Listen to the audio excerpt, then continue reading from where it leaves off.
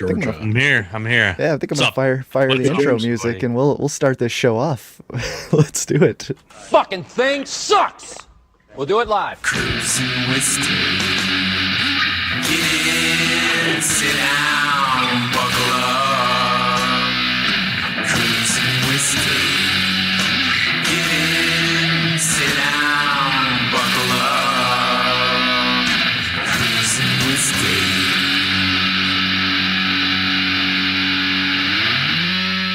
All right, welcome back to Cruising with Steak. Here we are, another podcast adventure.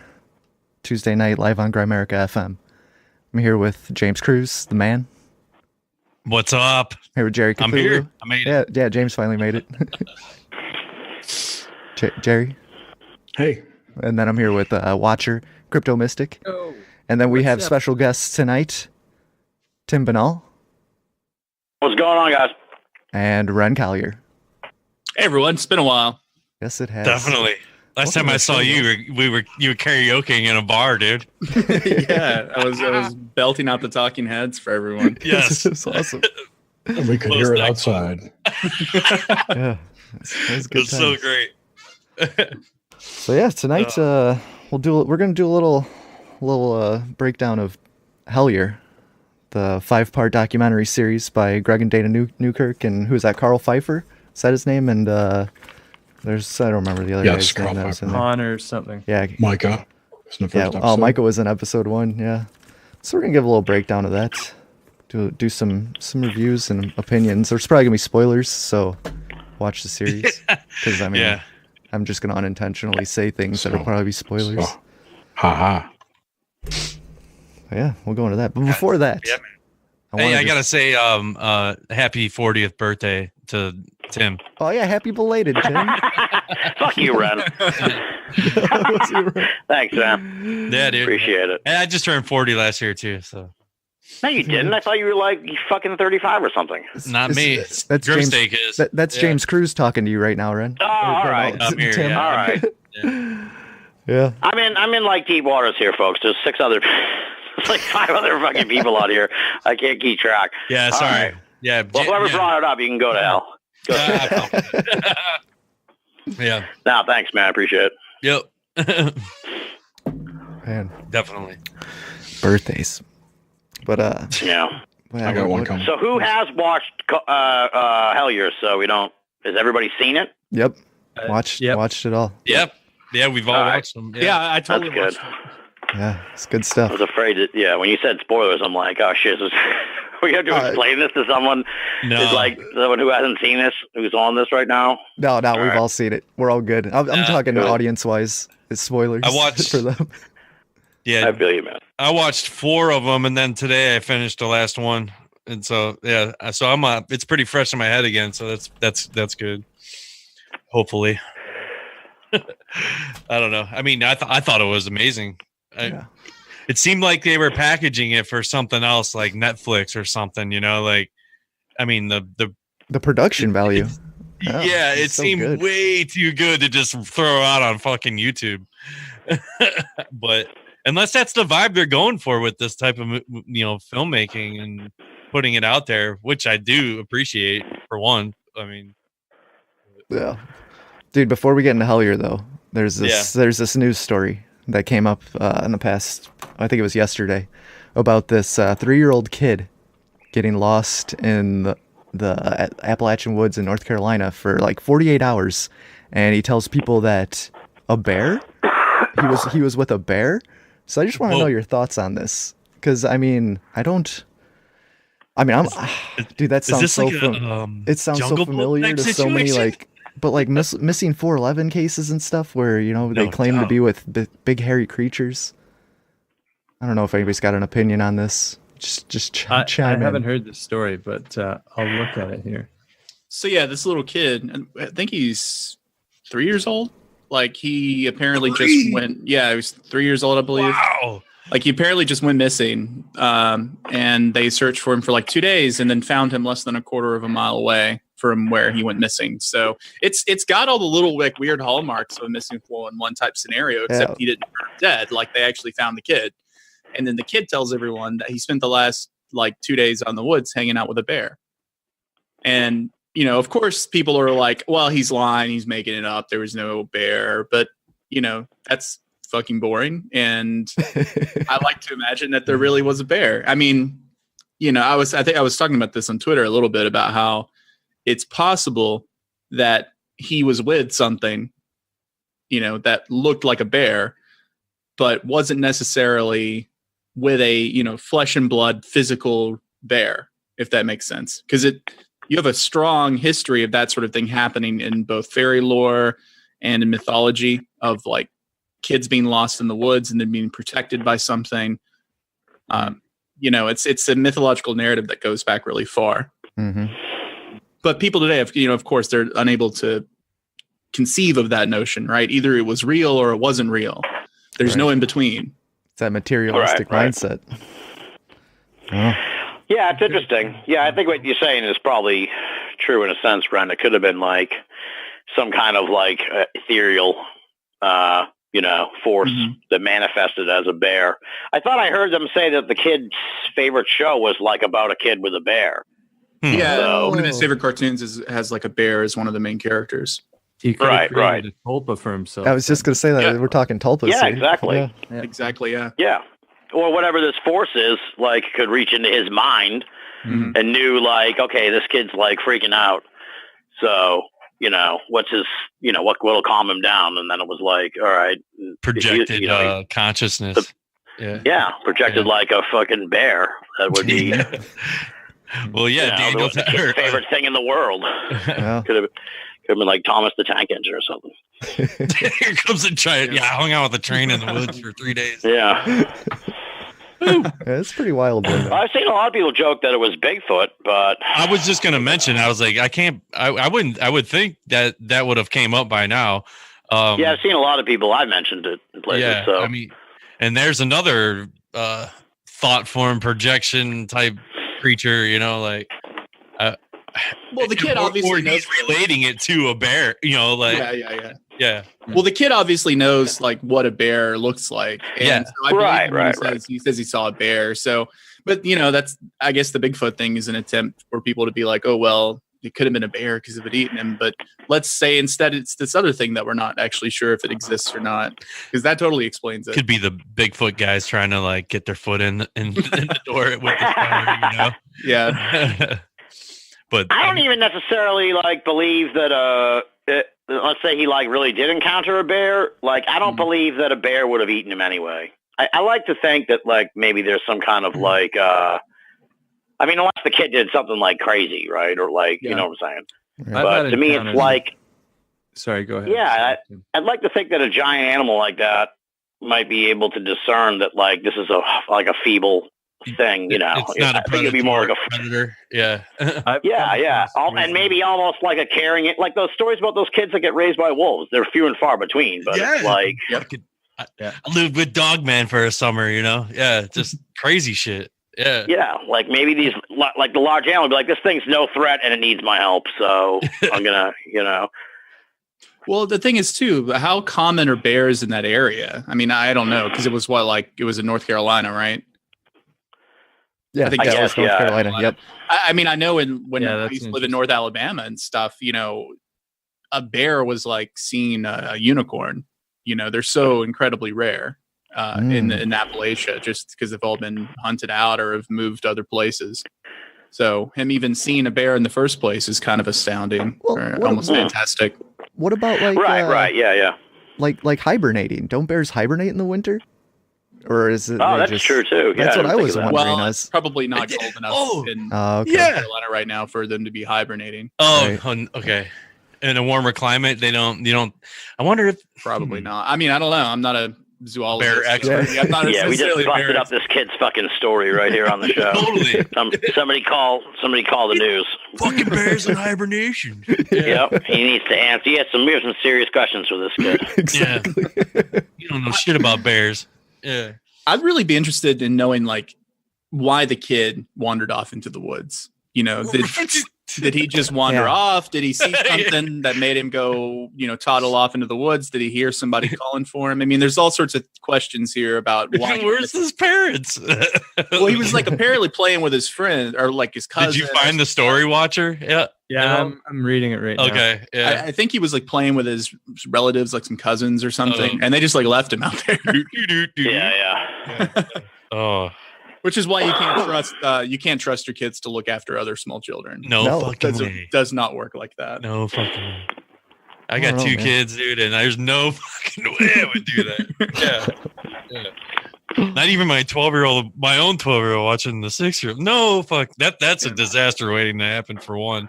And it just wouldn't happen. Yeah. You would not trust anybody. I could barely trust myself. It's a team. You gotta have. It's a team effort sometimes with that.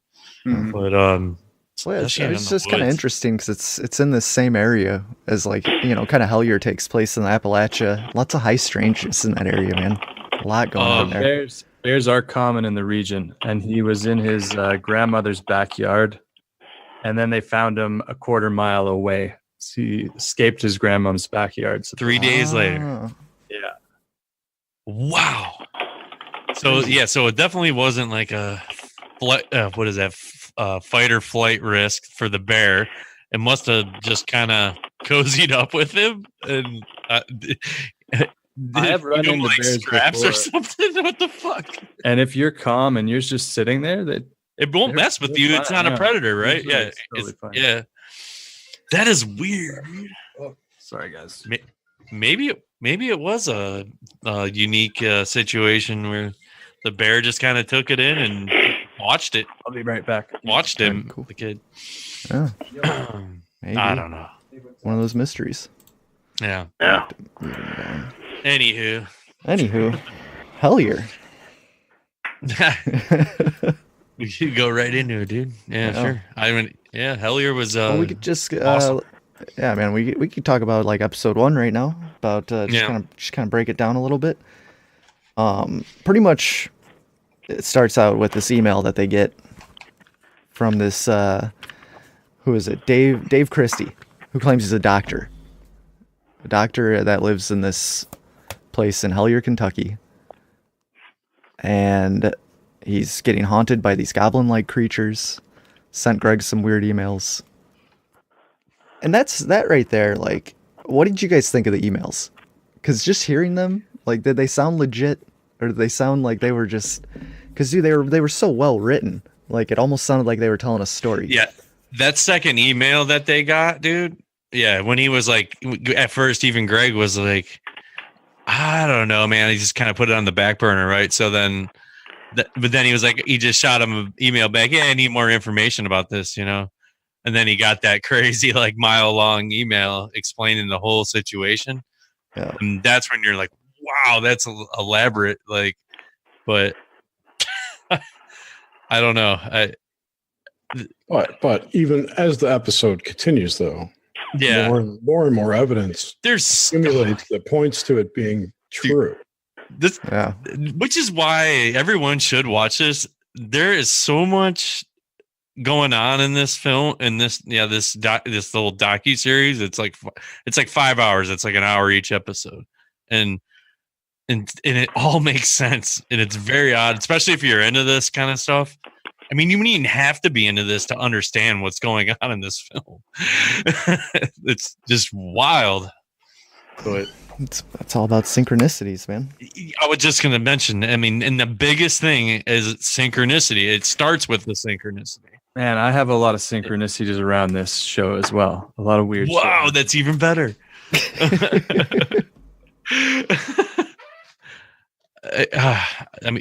That first episode, I mean, so they get the emails, right? And then just kind of picking it apart and maybe thinking he was one of his friends were fucking with him or whatever, and just went from there. It just took off. And I think I'm trying to remember, even did he send that to a friend or something? I can't remember what he did with it when he got that email. They had posted into their Facebook group. They put everything in the Facebook. They had started a group called Alien something Cave. Alien Cave Base, I think. Something like that. I forgot. Oh, yeah. Okay. And that was their Facebook group, and all the letters and pictures went into that group. So I know it sat there for, I mean, this is I think this started in 2012. 2012. Yeah. Imagine that.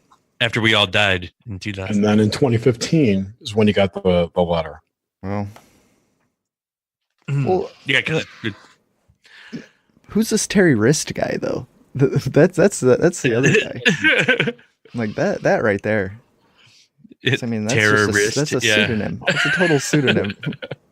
When they had confirmation of some kind of chicanery from that Terry Wrist guy, I really felt that there's obviously some secret society behind this. Yeah. Secret group of people who are like trying to say, Yeah. point you this way. So, What book was he in? He was in a book with Crowley and Crowley. Yeah. yeah, I forget. It was about geoengineering, wasn't it?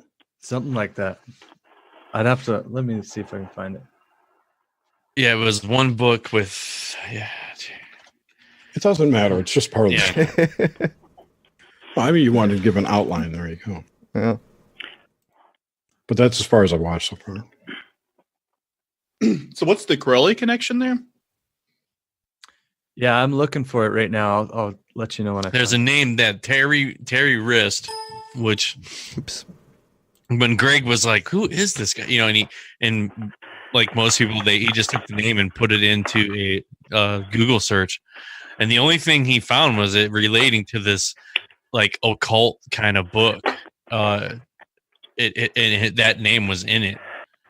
I can't remember what the name of that's what we're trying to think of. I'll have it in a second. What book it was.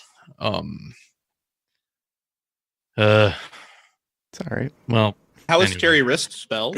It's called Secret Cipher of the Ufonauts. Oh, the Alan Greenfield right, book. yeah. The Alan Greenfield. Yeah. Yeah. I know about. Yeah. So in the back of that book, there's an interview with a Terry Wrist or T Wrist. Oh, okay. Yeah, Secret Cipher of the Ufonauts is T. Alan Greenfield wrote that. He was friends with like Ray Barker back in the day, and as well as like Gene Steinberg and some other people. And the whole premise of that book is that by basically doing like looking at local newspapers, and it's kind of like a divinatory system in which you can divine when UFOs are going to make landings. It'll give you the time, the place, and the date. Like the priest in Constantine. Yeah, exactly. It's pretty cool. And Greenfield was a former member of the OTO. So that's Isn't everybody? I'm a newly minted member. So Oh, Nice. so yeah, Greenfield left the OTO. Are you a Minerva? Yeah, I'm a Minerval. Yeah, I had my initiation here last weekend. Sweet. So Congrats. Nice. Thank you. Congrats. and Congratulations. thank you, Tim. So Greenfield has some drama with the OTO because he was sort of trying to launch a coup. As from what I understand, right, he was trying to launch a coup against Hymenius Beta, who's the current head of the OTO, and he got sort of kicked out / quit. I guess it depends on who you ask.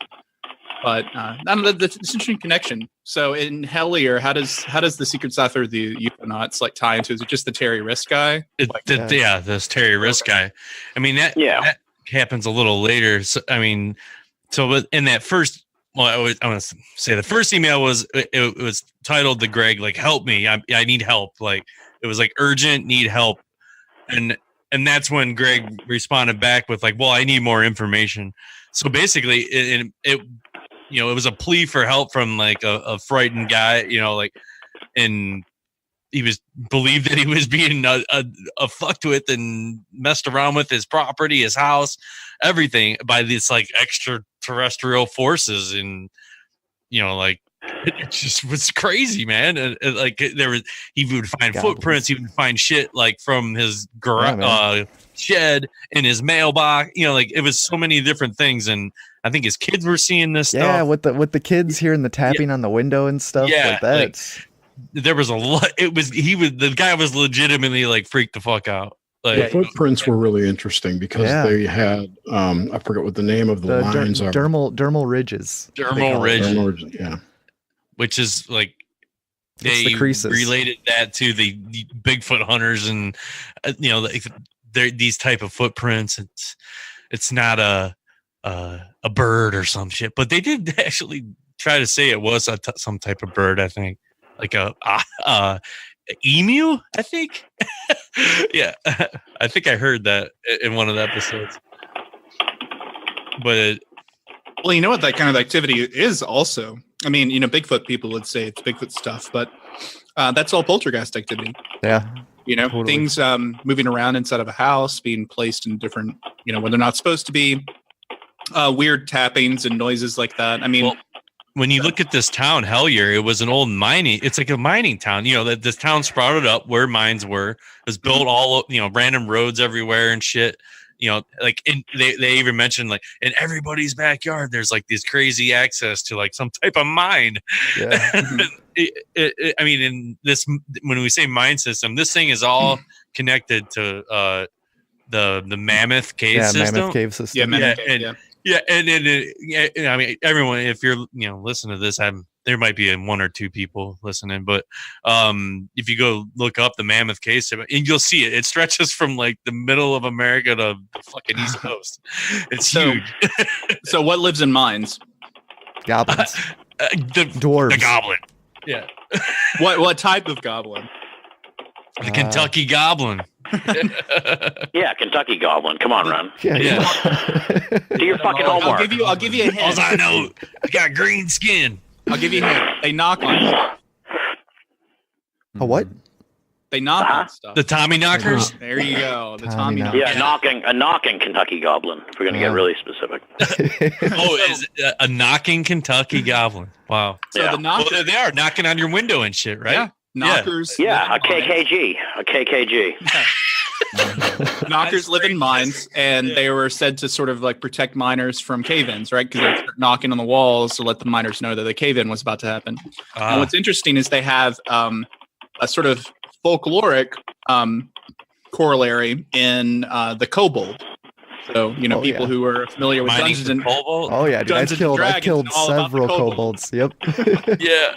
But originally, kobolds were kind of like dwarves. They're like little people, right? And they were called, and like you said, cobalt, right? Because they were supposed to be like kind of end. Yeah. So They're more goblin family than orc. Yeah. They're on a different side of the tree. Yeah. So what's another famous supernatural paranormal story in which little blue men interact with a human being? Smurfs. Well, Avatar. Little blue men. Yeah, Whitley Strieber's stories. He was abducted by the little blue doctors. Right. They're cobalt colored. Oh, they're kobolds. Like if you can make these connections all the way back as far as you want to go. But D&D kobolds are yellow. Yeah, well, D&D kobolds are Gary Gygax's invention. They're not really the same thing. I thought that's what you're talking about. It's a spin-off of that, yeah. Goblin is from the German Koblin, which means mine or cave, right? Yep. Wow. So you have this tradition of basically fairies living, or, you know, goblins, or whatever you want to call them. The fae. Living underground, living in cave systems and interacting with people based around cave systems, especially mining towns and mining communities. Also, the name Hellier means to conceal, right? A Hellier is someone who puts roofs on houses, is a tiler. The root of the oh my god, I didn't know. Or to hide. Yeah, so you get into sort of Lord and Coleman territory there with this like names having important meanings.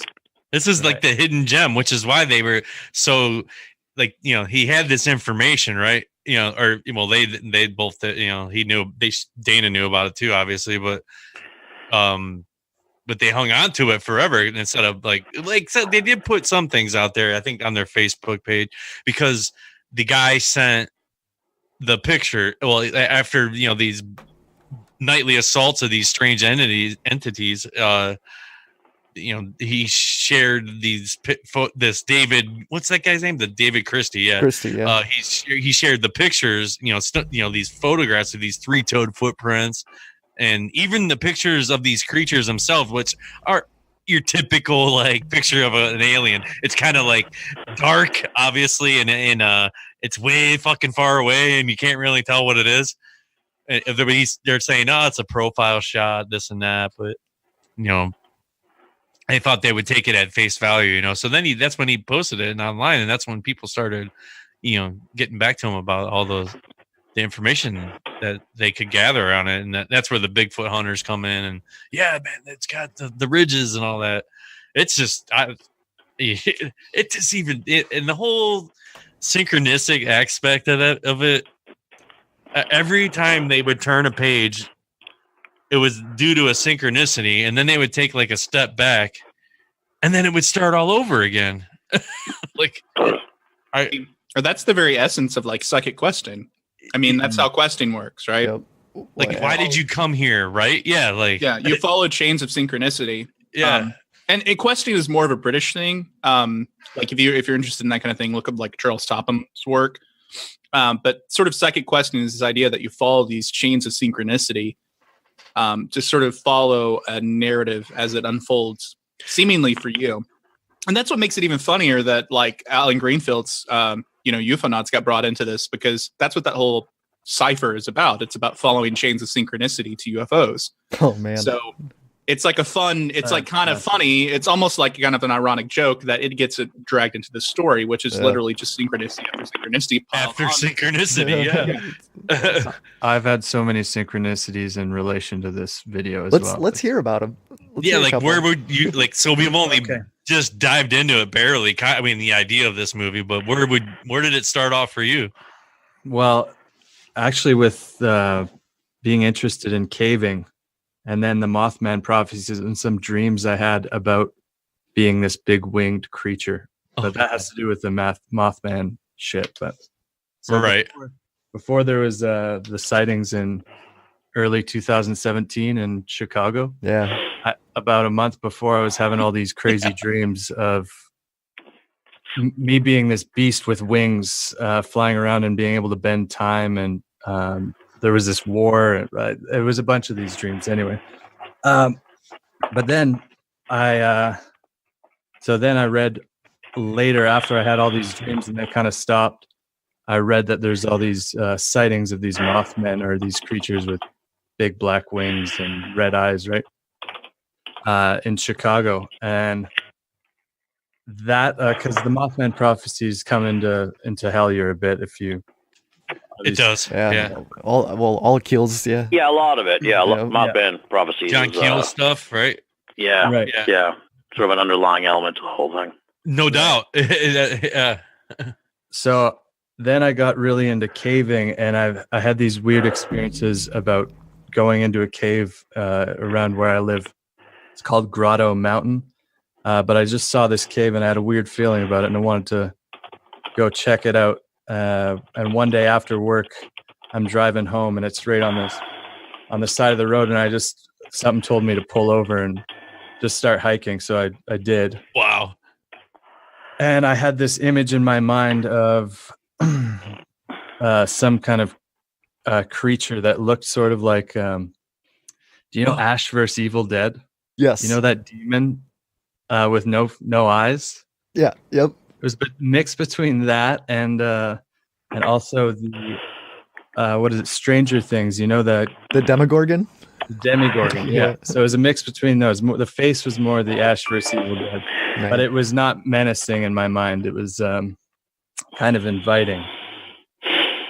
So I'm 3 hours up on this hike, and I've got I don't have any real hiking shoes. I just kind of got off work and was like, I'm just going. And I'm getting this weird feeling. It was really bizarre feeling as I get closer and closer to this cave. And I look down and I'm just seeing what I have on me and it's starting to get cold and a little bit dark because it's late. And then I look up, and on this cliff side, there's this all white cat-like creature. And it's just below the cave. And I go to grab my phone to try to zoom in, to try to take a photo. And the second I look back up, it's gone. Oh, man. So I continue up a little bit, and then I'm getting this. It feels like there's this thick feeling, like the air is getting thicker and thicker as I get closer. And I feel like there's this facade that's the mountain feels like a facade. Anyway, I get to the point where it's like, it's getting late. I've got to go. I've got to turn around because I'm 3.5 hours in. And so I turn around and walk back. And then, so that was that experience. But I had this image in my head of this creature. And then I heard stories about these cave paintings that were near there. And I looked up the cave paintings. And have you guys heard of the Hopi? Yeah. Well, yeah, you've heard of the Hopi. Well, Hopi Indians, but the Hopi prophecies or whatever. Like, well, Ant-Man. Yeah, the Ant-Man, right. So supposedly they went in all four directions. Supposedly. No. Supposedly. You gotta say it like that, dude. All right. My apologies. I can't remember the name of this creature, but it's on a lot of cave paintings. Coco. Dude, is this the one with the fire head and everything? Like, or the red head? Like, it has like these Cocopelli. Yeah. Exactly. So I go and see these Cocopelli drawings and read about them, and that fascinates me quite a lot. So then I've been like just really into caving lately and interested in creatures that exist within these cave systems around my hometown here, and found out that there's like kilometers of caves that run all through the mountains here. So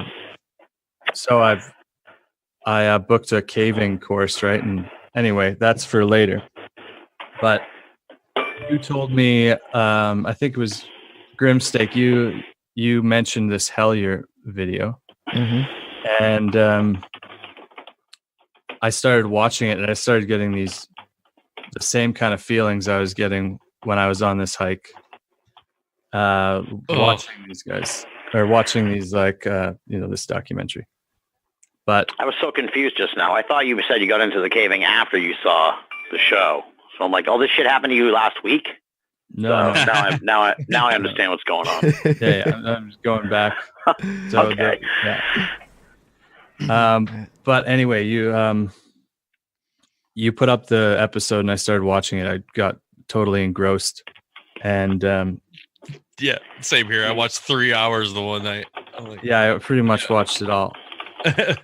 And so the next morning I went to work, and I had to repair this rail car. And on the rail car, there was this graffiti, and it was just a big goblin creature. Oh, the goblins. Oh, wow.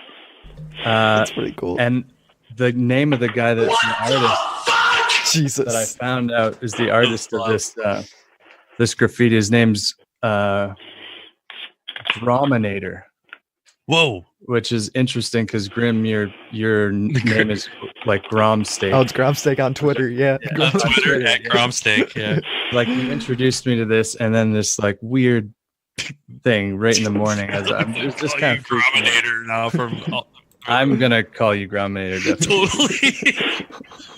Yeah. Oh man, good stuff. Grominator.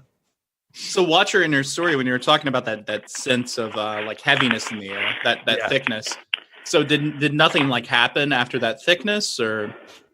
It was no. I moved. I went back down the hill after that because I saw that animal. Yeah. And then it started getting really thick, and I felt like it felt like there could be a predator of some sort. Are you a magician by any chance? Used to do ceremonial magic a lot. Oh man. Okay, so that when you talk about that thickness in the air, what it makes me think of is the like what Stephen Skinner calls like magical tension. Right. This idea that as you're doing like a conjuration or something, the closer you get to making the spirit manifest, the thicker and more heavy and more tense like the air gets, and the room and everything. That's what that reminded me of when you were talking about that, like sort of a build up to some sort of psychic event. That is the feeling, yeah. But I don't think I had that breakthrough. I think I turned back too early, but I should have stuck around a little while. I should have, yeah. Damn. Ooh. There's a lot of other things too, but I won't get into them. It'd be a long story. Those are little things. So I would jump back into the series here, and so after requiring information and maybe about the this town and everything, I think that he took a trip there one time and said it was just I mean, it was one of these little drive-through towns. Boom, you're gone. It's like that quick.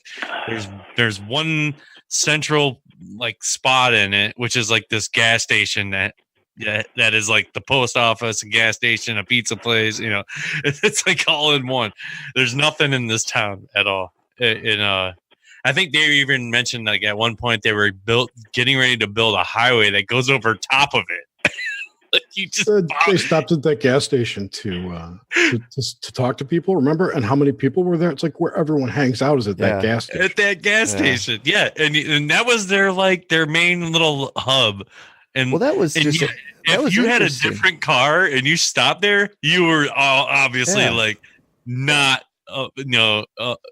from this area, anything, so people were interested, It do be like that though. I mean, it would be like that. If you're from a small town, like out the South, like I remember, I spent a lot of time during the summer as a kid, like just hanging out at the Dixie Mart near my no doubt. Yeah. I hung out the wagon wheel, dude. Yeah. It's like, I was at Taco Bell.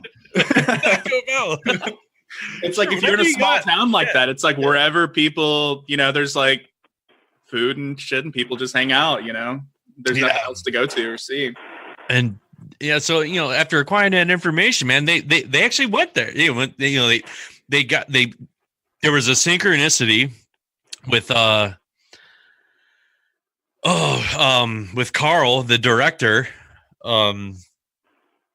as he was listening to a podcast basically about this goblin thing. It all came together, and then they contacted. Obviously, they all got a hold of each other and worked this all out to so the four of them plus I think a film and one of their filmers came with them, all went to Hellier, and then that's where the whole investigation process begins.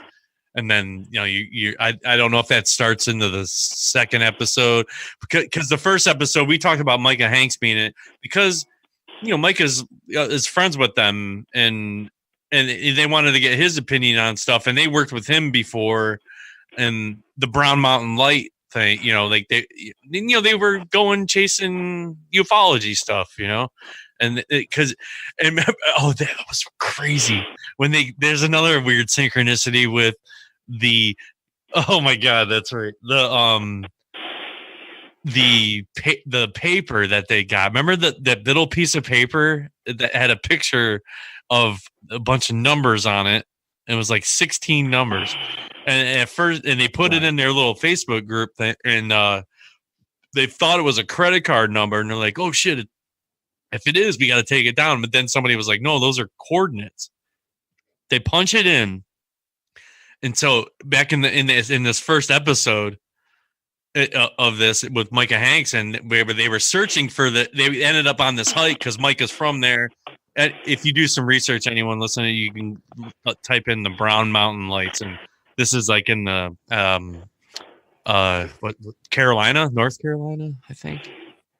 Yeah, it's out near Ashton. Yeah. So and it's in the mountain range. People got interesting stories about the Brown Mountain Lights, but so they went on a hike with Micah to look for this spot, and they found this spot, and they were checking it out, and all of a sudden these coordinates that I was just talking about, bam, it sends you to the Brown Mountain Lights. And then there was like this story with it that said what the fuck did he say? It was like, why did you give up now? You were so close, or some shit. Like, dude, there's so much weird shit in this movie. It's so good.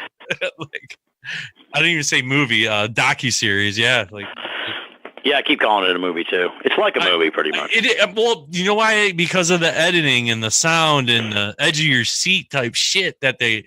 But it's so. I want to say it's not basic, but it's basic. Like the the way, dude, I don't know. I'll give that Carl dude mad and his buddy Connor, dude. I mean, they did an amazing job with this fucking show, man. Like, I don't know. It's the music, the score, that tone they have through the whole thing is really good. I mean, they knew they had something good here. I would imagine they knew they were on to something pretty sweet. And keeping it like tight-lipped had to have been tough. Yeah, man. And what's great about this is it's not like all those ghost hunter shows where they're just trying they force things to happen, or like they do like they just go with the flow and whatever happens. Just like the natural weirdness is enough to make the show. It's great. It's the silence. It's the eerie silence. And then you're like listening, and then you hear like a stick break, and you're like, "Fuck, what is it?" It's well written too. It's well filmed. It's really well. It's well done all around. That's what I mean. Like I thought, it's like, man, this had to have been something that might have. I mean, I don't know why they. I think it is on a couple things. Isn't it on like Amazon, and I think it's on a couple other platforms. Yeah, Amazon just picked it up. Yeah, they're trying to get it on Netflix too. That'd be awesome. Good, they should, man. They just to the audience for what they did. I don't know. I great job, man. It just, I mean, that's even just some of this shit. I mean, it's one of those things where it's like, and this isn't to detract from their accomplishment in terms of the cinematography and everything, but the bar is also super low in general for paranormal like media like this. This is true. Yeah. Like you've got like on Netflix, you've got the Todd Standing documentary, which is like hilariously bad. And then you know, look at the Skinwalker movie from Corbett. Yeah. Yeah.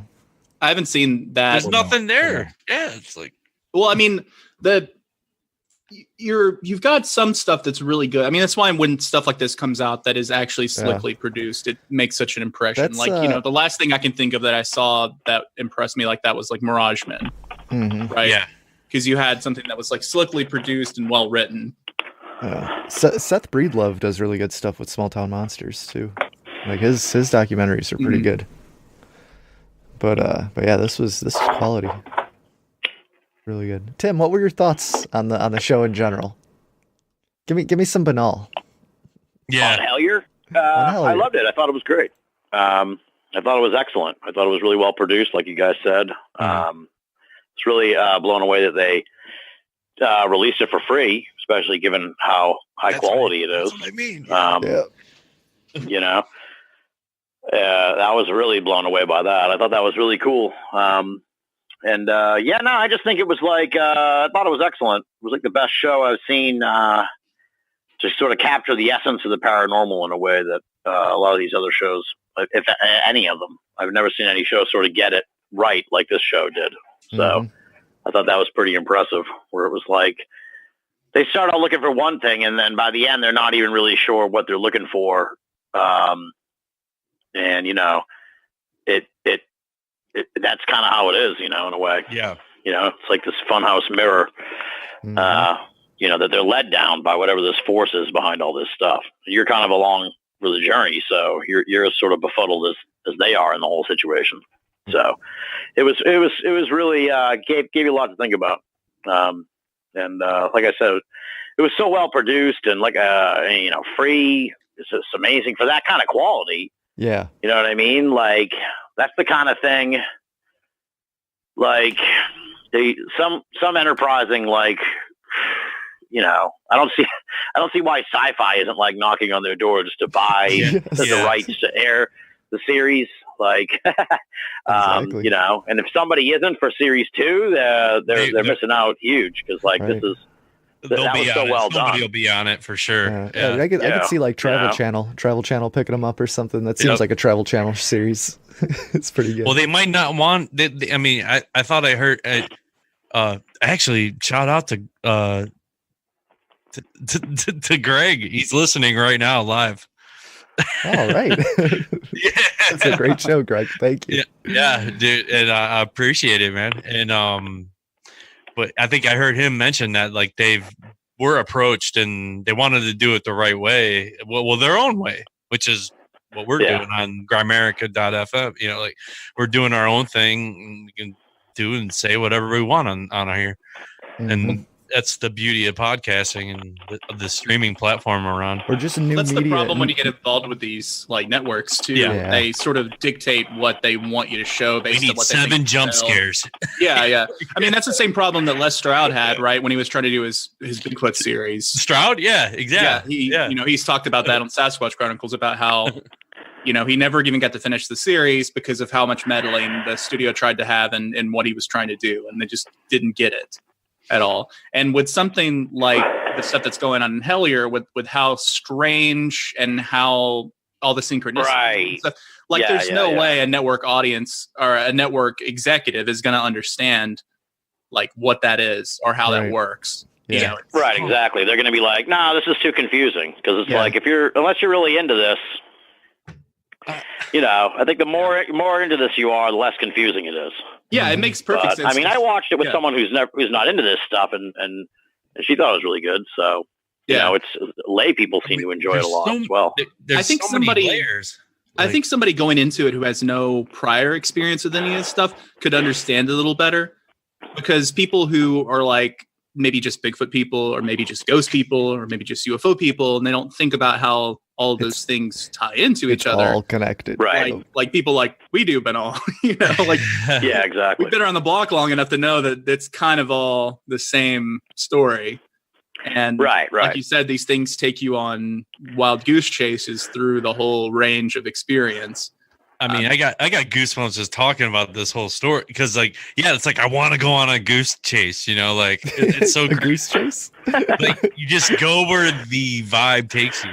Man, Cruz, you gotta like read some Charles Topham or read like the green. Was it like the Green Stone? I think. Like Ooh. that's the whole thing about questing, right? It's like I said, it was primarily like a British thing back in like the 80s. But the whole idea is that you find a synchronicity and you start chasing the synchronicities and you start getting led down a rabbit hole. Just like Watcher did. It's like I'm gonna stop here and I'm gonna start hiking and it ends, man. Yeah. And then I found a leprechaun at the end of the rainbow. Yeah. Well, usually what happens is it fizzles out. I mean, or the goblin. Yeah. Or you get some kind of like huge synchronistic event, right? Like a good example of this is some of the stuff Jacques Vallée went through when he was writing his books, right? Like when he was investigating the UFO cult, and like he kept finding this name popping up, Melchizedek, right? So he's hearing all these people talking about Melchizedek. He gets off a subway in Paris and he sees graffiti on the subway wall that says Melchizedek. He goes and gets in a cab to go to like the university or whatever he was going to. And the cab driver's name in the little license is Melchizedek. Of course it is. Yeah, and that's how it is. Once you get deep into this, whatever it is will cause these synchronicities to pile on forever and ever. I mean, and usually it reaches either some sort of critical mass in which some kind of event occurs, or it just fizzles out into nothing. I mean, in the case of like the Mothman prophecies, right, the critical mass was the collapse of the Silver Bridge. Now, I'm not claiming that all this stuff caused the collapse of the Silver Bridge, just that it was the catalyst to the event. It was like the end result of everything that was building up to that point. And then you had to go backwards to figure out what led up to that point. I would imagine, like you get everyone's insight on what they were seeing and what happened. Oh, this big wing thing came down with red eyes. Break it down and figure out the lore of that whole scenario. Mm-hmm. It would be fun to do something like that. Yeah, to actually start off a synchronistic tour. You imagine just traveling the world on a synchronicity whim. I mean, yeah. Be nice if I had the money. If you had the cash, yeah. I know it would be great. Under your budget. I think. I mean, we can go into some other parts of this whole thing, and like, I mean, each episode had its own flavor to it. The first one was the idea, like the email. The second one was, I think, them journeying, meeting up, like Carl and the director and all, all them meeting up, and then hitting the road, which is, and they're going. This is Hellier, Kentucky, the Kentucky Goblet. So we're in Ohio. Well, I'm in Ohio. I'm in Cleveland. Grim's in Indiana. You know, we were all right around this area. So Greg and Dana, we can all meet up. We can do this whole thing. Let's go back to Hellier. Fuck it. Like, let's do it. I'm totally down. I'll drive. We gotta go. We gotta raid Binnall up in Boston and go do something about the Bridgewater Triangle. Fuck the Patriots, dude. Oh man. All right. No, man, they're all good, dude. Yeah, it's I don't mind. Tom, dude, the goat. Yeah, you guys need. Yeah, you should just bring a goat out with the Brady jersey. What the fuck are you rambling about? Exactly. That's literally. This is what every Dude, cruiser don't be bitter that we have the greatest quarterback coach of all time. It's not my fault. Yeah, but we had him first. So really lucky. We had him first a long time ago. Oh man. Yeah. But anyway, There's no coach other than Ditka. So what do you guys think of the spirit box? Well, that's the next section I was going to get into. Okay. The way they were doing. So yeah, they get down there. They're in this town and they're trying to fucking, like, what do we do? So they just stopped at the gas station. That's when we were talking about everyone just kind of mingling around there. And then all of a sudden you get a couple people saying like, hey man, watch your back. Like, watch your backs in this town, or else crazy Terry up in the hills is going to get you or some shit, which I would be thinking the same goddamn thing too. You're the newbie, which like anywhere you go, I mean, you even go on vacation, you can go to fucking Disney and feel the same kind of like out of place vibe. But when you transfer yourself into this little off the road town, I can imagine it's tenfold, of the. What was just really interesting is the first time that they went there, they had like a ton of people that were coming up to him and talking to him, and they were giving him like weird stories in the town and everything. And then it seemed every time they went there afterwards, people were just real sketchy. Like, what are you doing here? Like, it was just really weird. So it was a weird vibe. So they're hanging out there, and they started getting like, people would come up, and they were kind of calm, and they didn't really say, "Oh no, man, I don't know." And then they got to talking about it. Oh, like all these people are actually, like Greg and Dana and all of them are actually pretty cool, And then they would start opening up more because actually something pretty cool was going on in town, and like. And it got to the point where like I've never seen shit till like, oh yeah, man, back in 98 there was a fucking UFO over the football field. Like nothing to that, like I mean tenfold. It was pretty crazy. I mean this town has a lot of high strangeness in it from what I gather of stories, and it all began with the picture of a footprint, like. So I think back to the spirit box thing. Like, what exactly? What? It wasn't like an exact spirit box. It was kind of something different, wasn't it? That they were using. It was like a sensory cancellation type situation.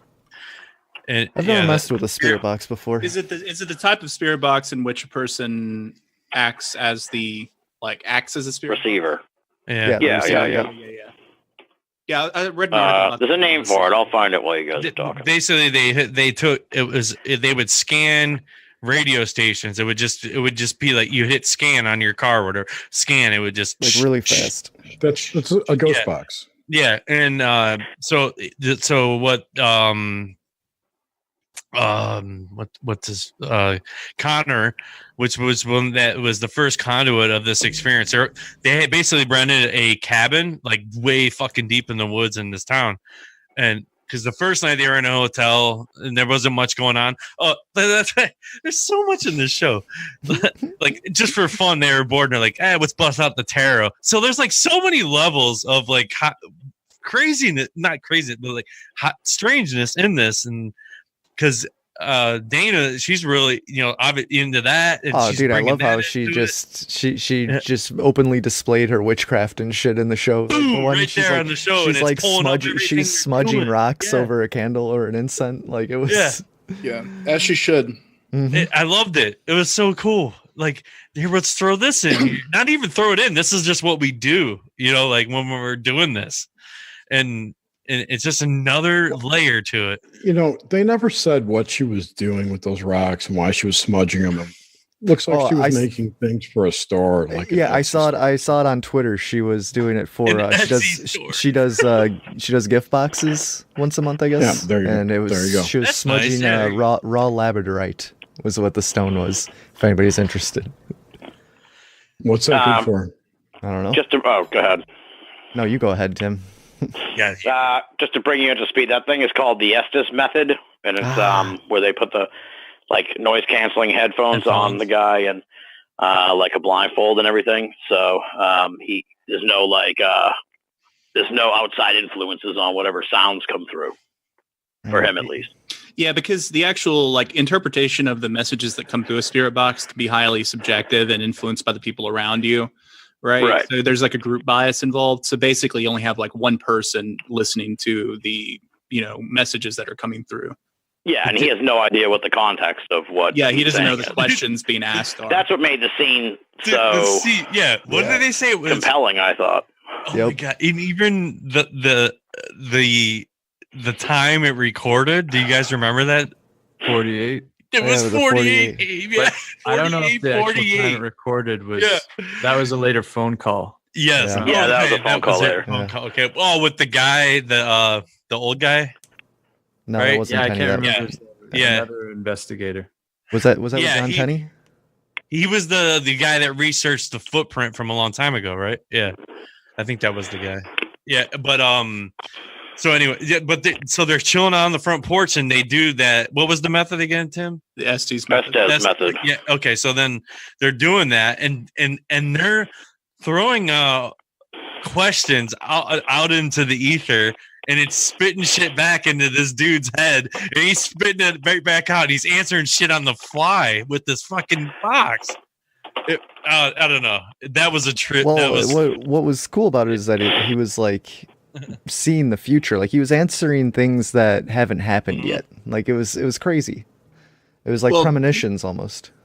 You boys have done your remote viewing. Mm-hmm. So I was just going to say that. Yep. It's remote viewing, it's right? very similar to a remote viewing type protocol where the recipient is, or the person giving the information is blind to the target, and they basically can produce information that they otherwise would not have known. So, I mean, I would really suspect that the Estes method probably is more of a manifestation of psi than it is spirit communication. I mean, I don't know. I can't say either way, but what's the difference, Wren? Well, I guess the difference would be spirit communication would be you actually talking to a non-human intelligence, right? But you're right, Jerry, in that the lines get very blurry very fast because you can't really objectively measure these things. Shut your bitch ass up! Whoa, that was the wrong button. That was the wrong button. What's going on over there? Yeah, exactly. I hit my soundboard. James just showing up late to the show. Just rambling on. Shut your bitch ass up. Yeah. I'm sorry. No, man. It's the ether. Well, wasn't something mentioned about the Monroe Institute? Didn't he have something to do with the Monroe Institute? Who did? Or was that something else I was listening? No. Monroe. I don't know. My brain just fired off. There was something recently that was talking about the Monroe Institute that I saw too, but it wasn't that. I don't remember that being in that. I don't remember it either, but HemiSync is sweet. You guys done HemiSync? HemiSync. No. What's HemiSync? I've heard of HemiSync. You got to give me a refresher course on It's that. like the Bluetooth God helmet, right? Oh shit! I think Grim just pulled some little size stuff too, because I was talking about remote viewing, which the method I was using was Joe McMonagle's, and he was deeply involved with the Monroe Institute. So maybe there's I just grabbed it out of the ether there. I think you might have, Grim. Maybe. Man. Wow. Yeah. So, and then they do a couple different types of these these sensory cancellation systems. That's the term I call them. I mean, you're canceling all these senses out, so you're blocking yourself off to these things to do the test. There are terms, and even Dude, that's how I'm about to send a link right now to Greg to get him on the show because he keeps replying to everything we're talking about right now. That's how you manifest sight, right? I mean, you need sensory deprivation. That's exactly how a black mirror works. And so and Greg himself does. I mean, God, I'm already jumping in like to the last one. That's fine. With the ping pong balls and the orange light. Yeah, he puts ping pong balls on his eye, and Dana tapes them tapes them into his eye sockets basically, and then he puts the noise cancellation headphones on, and they're pumping in white noise. So and they take a red like a headlamp, like a hiking headlamp, and they have a red light in it. Yep, that's the Gansfeld experiment. Oh, that's against. So then that flashes that into like through that. It's like a blank slate, and then whatever pops into your fucking head, he's talking about, and you have to watch what he sees in that shit, man. Yeah. That's a Gansfeld experiment. It's very it's been used a lot. It's a way of like testing ESP. And like I said, it's similar to the like occult technology of the Black Mirror, right? Because you have an infinite distance surface that has no features. You don't see any reflections or anything in it. You just stare into it, with no visual stimuli for hours at an end. And then you start to see things manifest themselves in the mirror. Hours? I mean, yeah, it can take hours before you see something manifest. I mean, isn't that also a psychomantium? Yeah, exactly the same thing. Okay. Raymond Moody's Psychomantium. Are you guys familiar with that? That's like a closed, like almost a closet, isn't it? Or like a small room that you go into, or in the darkness. Cry closet. Yeah. It's just basically a small closet or like room, a booth, in which you have a large mirror that you sit in front of. You're supposed to angle it so that you can't see your own reflection, and you have just a light source that is not direct and is not reflected in the mirror. So like a candle behind you or something, so you have a little bit of ambient light. And somewhere upwards of 60% of people who experiment with the psychomantium end up having some sort of experience with a dead loved one or like a spirit. Have you done it, Wren? I have not set up a psychomantium for myself. Actually, we should do one at Paramania, you and me. Can two people do it? Yeah, I mean, you probably wouldn't want to do it together. Like usually individually. Yeah, usually do it by yourself, but all you need is a mirror. It's it's just God. It's just Can we start scrying and shit. Yeah. I mean, it's exactly what it is. It's exactly like scrying. It's based. The name comes from the Greek necromantian, which was basically a cave underground in which there'd be like a reflecting pool or a still pool of water, and people would do rites to Demeter and Hades and would go down into the cave and basically talk to their ancestors and loved ones in the water, like the spirits there in the water. Yikes. Then you can go into like the magicians, like what Jerry has been watching. We're talking about this pool jumping where they go into the alternate universes and they're fucking and there's your aunt and uncle or your mom or your dad in this alternate universe, and you can talk to them. Yeah, it's a similar idea. The psychomantium itself is pretty easy to make. I mean, all you need is a mirror and a candle in a dark room. But it's the mental fortitude. Like, can you sit there for 2 hours and just stare at that mirror? Without freaking yourself out so bad that you get Isn't that the ultimate trick, right? Yeah, I used to do it all the time, actually, but I'd stare at my own reflection. But then Yeah, see, that's that you can do that and get yourself in a trance state just from staring at your own reflection. But if you do that, you're probably only going to see your own reflection. The real trick is to angle the mirror in such a way or sit at an angle where you can't see yourself. Or you just use a black mirror, right? Wait a minute. So black mirrors are much harder. How do you say that again? Angle the mirror so like you can't see yourself reflected in it, right? So you can see the surface of the mirror, but you don't see your reflection. Oh, okay. Yeah, because because the idea is to have a surface that has no features, right? It's easier just to use a black mirror, but not everyone has a black mirror. Or that reflection. What if it's just casting onto a blank wall? A TV, man. Black mirror. Right there. Or fucking TV. Cell phones. Oh my God. Mind blown. What's wild is that we all carry little black mirrors around in our pocket. Yeah, an iPhone screen. Yeah. Yes, no. I mean, mirrors have special properties in the occult. So, I mean, they're really more thought of as portals. That's the 5G mind melt, dude, to your phone. And I don't know that you're going to get that kind of activity through a phone or a television.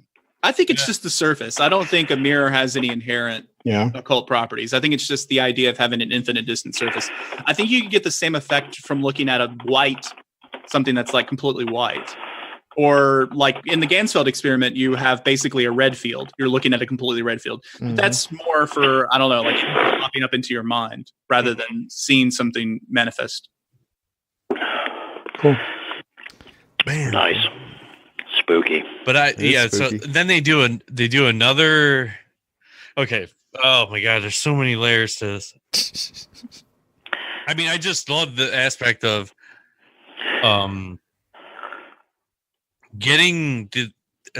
the synchronicities to lead to the next page, but then they would get shut down, like they were so, like, I think it was in the second or third one, they were talking about this email, and they had a friend that was like an IT professional that they're thinking like, how, like, one of them mentioned like we can trace the IP address because they thought they were getting fucked with, like when they were all together there, and so let me just jump in because I just want to say that's one of the things I liked a lot about the show. Actually, was that they didn't just, like, the whole series was sort of like predicated on this could all be bullshit, and it's like, I don't know too many. I don't watch a lot of paranormal media, but I watch enough, and I watch enough of like the trailers and, bits of stuff to know that like that rarely comes up. And if it does, it's like pushed aside almost immediately, where it's like, this could be bullshit, but let's assume it's not and keep going with the narrative of this series or show.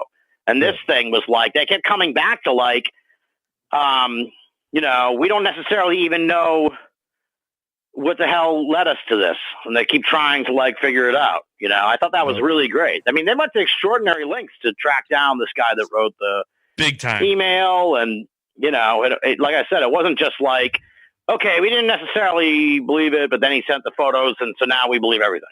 It was like the whole time they're like, this could all be bullshit. Where is this guy? Yeah. Turns out, I don't want to spoil stuff, but yeah. I know. They sort of keep trying to track him down, like you said with this IP thing, and they're going to like county courthouses and shit. It's like, wow, they really, it's like kudos to them, because it's like, what other paranormal show like puts the fucking effort in to debunk their own story that they're telling in the show? Like that to me, I think on Twitter I called the show like Transcendent or something like that, because it was like there's no shows no other show like is going to go to those kind of links to undermine their own show. Yeah, but it was like they don't give a fuck, because this is a genuine investigation. And just, man, major kudos to like Carl in that. I mean, it doesn't even, you say show, and I'm like, I don't even think of it as a show. It's like an experience. Like you are like with them. It's kind of like this stupid podcast we do. We just want to make it to where like, you feel like you're just chilling on the couch, hanging out with us. But like, dude, that you feel like you're there. You feel like you're on the fucking in the car with them. You feel like you're on the porch with them. You feel like you're in the cave with them. Like it is so and you get those goosebumps. You get that feeling. That music kicks in for each episode. You're like, oh, this is gonna be great. Yeah, you can't wait for the next one. And somebody would be stupid not to pick this up, dude. Mm-hmm. I mean, I don't know. I mean, maybe it's just because we're all itching for something to latch on to. Not even latch on, but just we don't know these people. We don't know what deals they have, and generally, when you get a deal like that, it's pretty hush. So I would imagine probably a good bet that they've got somebody looking at them. Yeah, baby. I would imagine. I mean, this is so well done. I don't know, but the way they did it again, it looks so not basic, but basic. It's handheld. There are good shots, and then there's an interview aspect to it. Well, it's like a docu series, like you're talking to Greg and Dana, and then you're also talking to Carl and Connor, and his experience, because he did the ghost box thing first, or not even a ghost box, the Estes method. The Nesties method. The Nesties method. Yes, the Nesty Quick method, where you chug some Nestle Quick, and then you put noise canceling headphones on, and you're all set. James, who's that wrestler behind you on the giant fucking tapestry? Rey Mysterio, dude. Oh, all right. Oh, I meant to ask you, what'd you think, dude, of the Rumble? I thought it was good, but it was way too fucking long. Yeah, it was. Oh, dude, 7 hours long. Yeah. I don't really watch the pre-show except for like the last half hour, but so that alone would have been 5.5 hours. That was way too long. Like, it has to be 4 hours. They got to do something about this. The women's Rumble was better than the men's. Yeah. But I did, like, my favorite dude won, so I don't know. I just kind of picked him out of the blue in my head, and he won too. So Who, Seth Rollins? Yeah, for sure. Yeah, no, it was cool. It was a good show, but like I said, it went too long, and I think everybody felt the same way, and the crowd kind of. Can you imagine being at a 48,000 seat wrestling event? Dude, I went to WrestleMania in Dallas with 100,000 people. Oh my god! Greg Bishop was with me, and it was Paramania 1. Yeah, it was awesome. Oh my god! It was cool. We left wicked early to get out of there, and we still couldn't. We still couldn't. Yeah. 100,000 Dallas people. All the other 4 guys were like, "What the fuck am I doing on this show?" But do you know where the Cowboys play? Oh yeah, dude, for sure. Yeah. In Jerry World, Jerryland or whatever. Yeah. That's where it was, and it was like it's hard to even. I'm trying to remember how huge this thing is. It looked like an alien ship. Yeah, the alien. It looked like what you'd expect an alien ship to look like. It was just. The year before was San Francisco, right? I don't have any. I wouldn't know. Well, the year before was the one where Rollins threw in the money, the money in the bank versus Roman. Well, when Roman Reigns was wrestling. Yeah, I know. I'm familiar with what happened. Yeah. Oh, okay. Well, that was one of probably my favorite one, and that just because of watching him blast down the ramp with the money in the bank, dude, and just cashing it in and smash. Yeah, it was cool. Yeah. But yeah, 100,000 people. It's pretty. We had to walk like a half a mile away from Cowboy. We left halfway through just to get out of there within a reasonable. Like, just to get out of there fucking alive, essentially. Yeah. We left halfway through the show, and then walked a half a mile from the Dallas thing. Was still wading through people, like it was huge crowd outside. Walked a half mile to the Hilton and called an Uber from there just to get out of the. Oh my! It was like Woodstocky vibe. Yeah, like, it was 100K. People everywhere, cops everywhere, and it was wild, man. It's cool to be a part of it, but in the moment, it's kind of like, whoa, this is a bit much. I can go super hillbilly, and then when I went to, I'm a Midwest dude. I love racing shit, so I love NASCAR and all that kind of crap. But I also love. I could go into everything that I love, but I didn't mean to take this off of Hellier. Not at all, dude. I kept looking at that thing over your shoulder, and I was like, "What is that thing?" I got my hand painted Batman. I got all that shit. We allot James at least 15 minutes of wrestling talk per show, so it's okay. Haven't we talked? Dude, come on, man. We haven't talked wrestling in forever, except the last episode. We brought it up for a minute. And then I got a dude that actually likes wrestling. Dude, have you ever been I've been to Raw, and I've been to SmackDown, and I've been to NXT, which is at the Agora here, which is like an old famous ballroom. The like Bruce Springsteen, that was like his first live show that set Bruce Springsteen off. Yeah. And but so I went, and I've played there myself in an old metal band, but anyway, James just going down memory lane right now. That out there, bro. Yeah. But you set the way back, and I was there in '97. But anyway, so but they put up an NXT. They're coming there in 1 month in March. They're coming back to Agora. Where the hell is this? Ohio? Yeah, this is yeah. You can find like where they do these travel events. Like I saw Finn Balor. Yeah, I know. Yeah. I saw a bunch of them, like Smojo, Finn Balor, a bunch of these like Asuka and stuff. When she was, these were when they were just coming up. Yeah, those are cool. It was cool. That was like the tail end of like the last time. And then I'll cancel the network, the WWE network, and then I'll fire it up like right now. So I'll keep it till WrestleMania, and then I'll get rid of it again. Yeah. Anyway, that's cool. Yeah. You never been to WrestleMania? No. One day we got. Oh, come on, man! I gotta take. I've been to 3 WrestleManias. Dude, I've been to 3 of them. This year it's in New Orleans again, right? Yeah. No, it's in New York. It's in New York. What? I'm not going to that one. Nah. Oh, you're that hardcore. You can't step foot in New York. No. I'll be down in Georgia for Paramania same weekend. Dude, I'm trying. Oh, okay. So I'm trying to convince my family life here that like I got something to do. Like I'm trying to figure it out. Just don't even tell them. Just leave and go. Just leave. Yeah. Just fucking walk out Friday afternoon, get in the car, and let them figure it out. We only got one. It'll be like a missing person. By the time you get to Georgia, they'll be like, "What happened? This guy's fucking from Ohio is missing. He just vanished. What happened? 411, dude. Gone. It's gone." And I show up 3 days later. It's a typical story. And just tell me with the bear. I'm gonna fold my clothes and put them on the front doorstep, and I'm out. Perfectly. Yeah. Oh Jesus! Yeah, that'll definitely get on the news then. With like freshly cleaned socks and everything, like everything just nice and neat right there. And then when I get back, I'll just show up missing 411. There's your story right there, dude. So. I don't have much more thoughts on Hellier. I mean, we've covered quite a bit.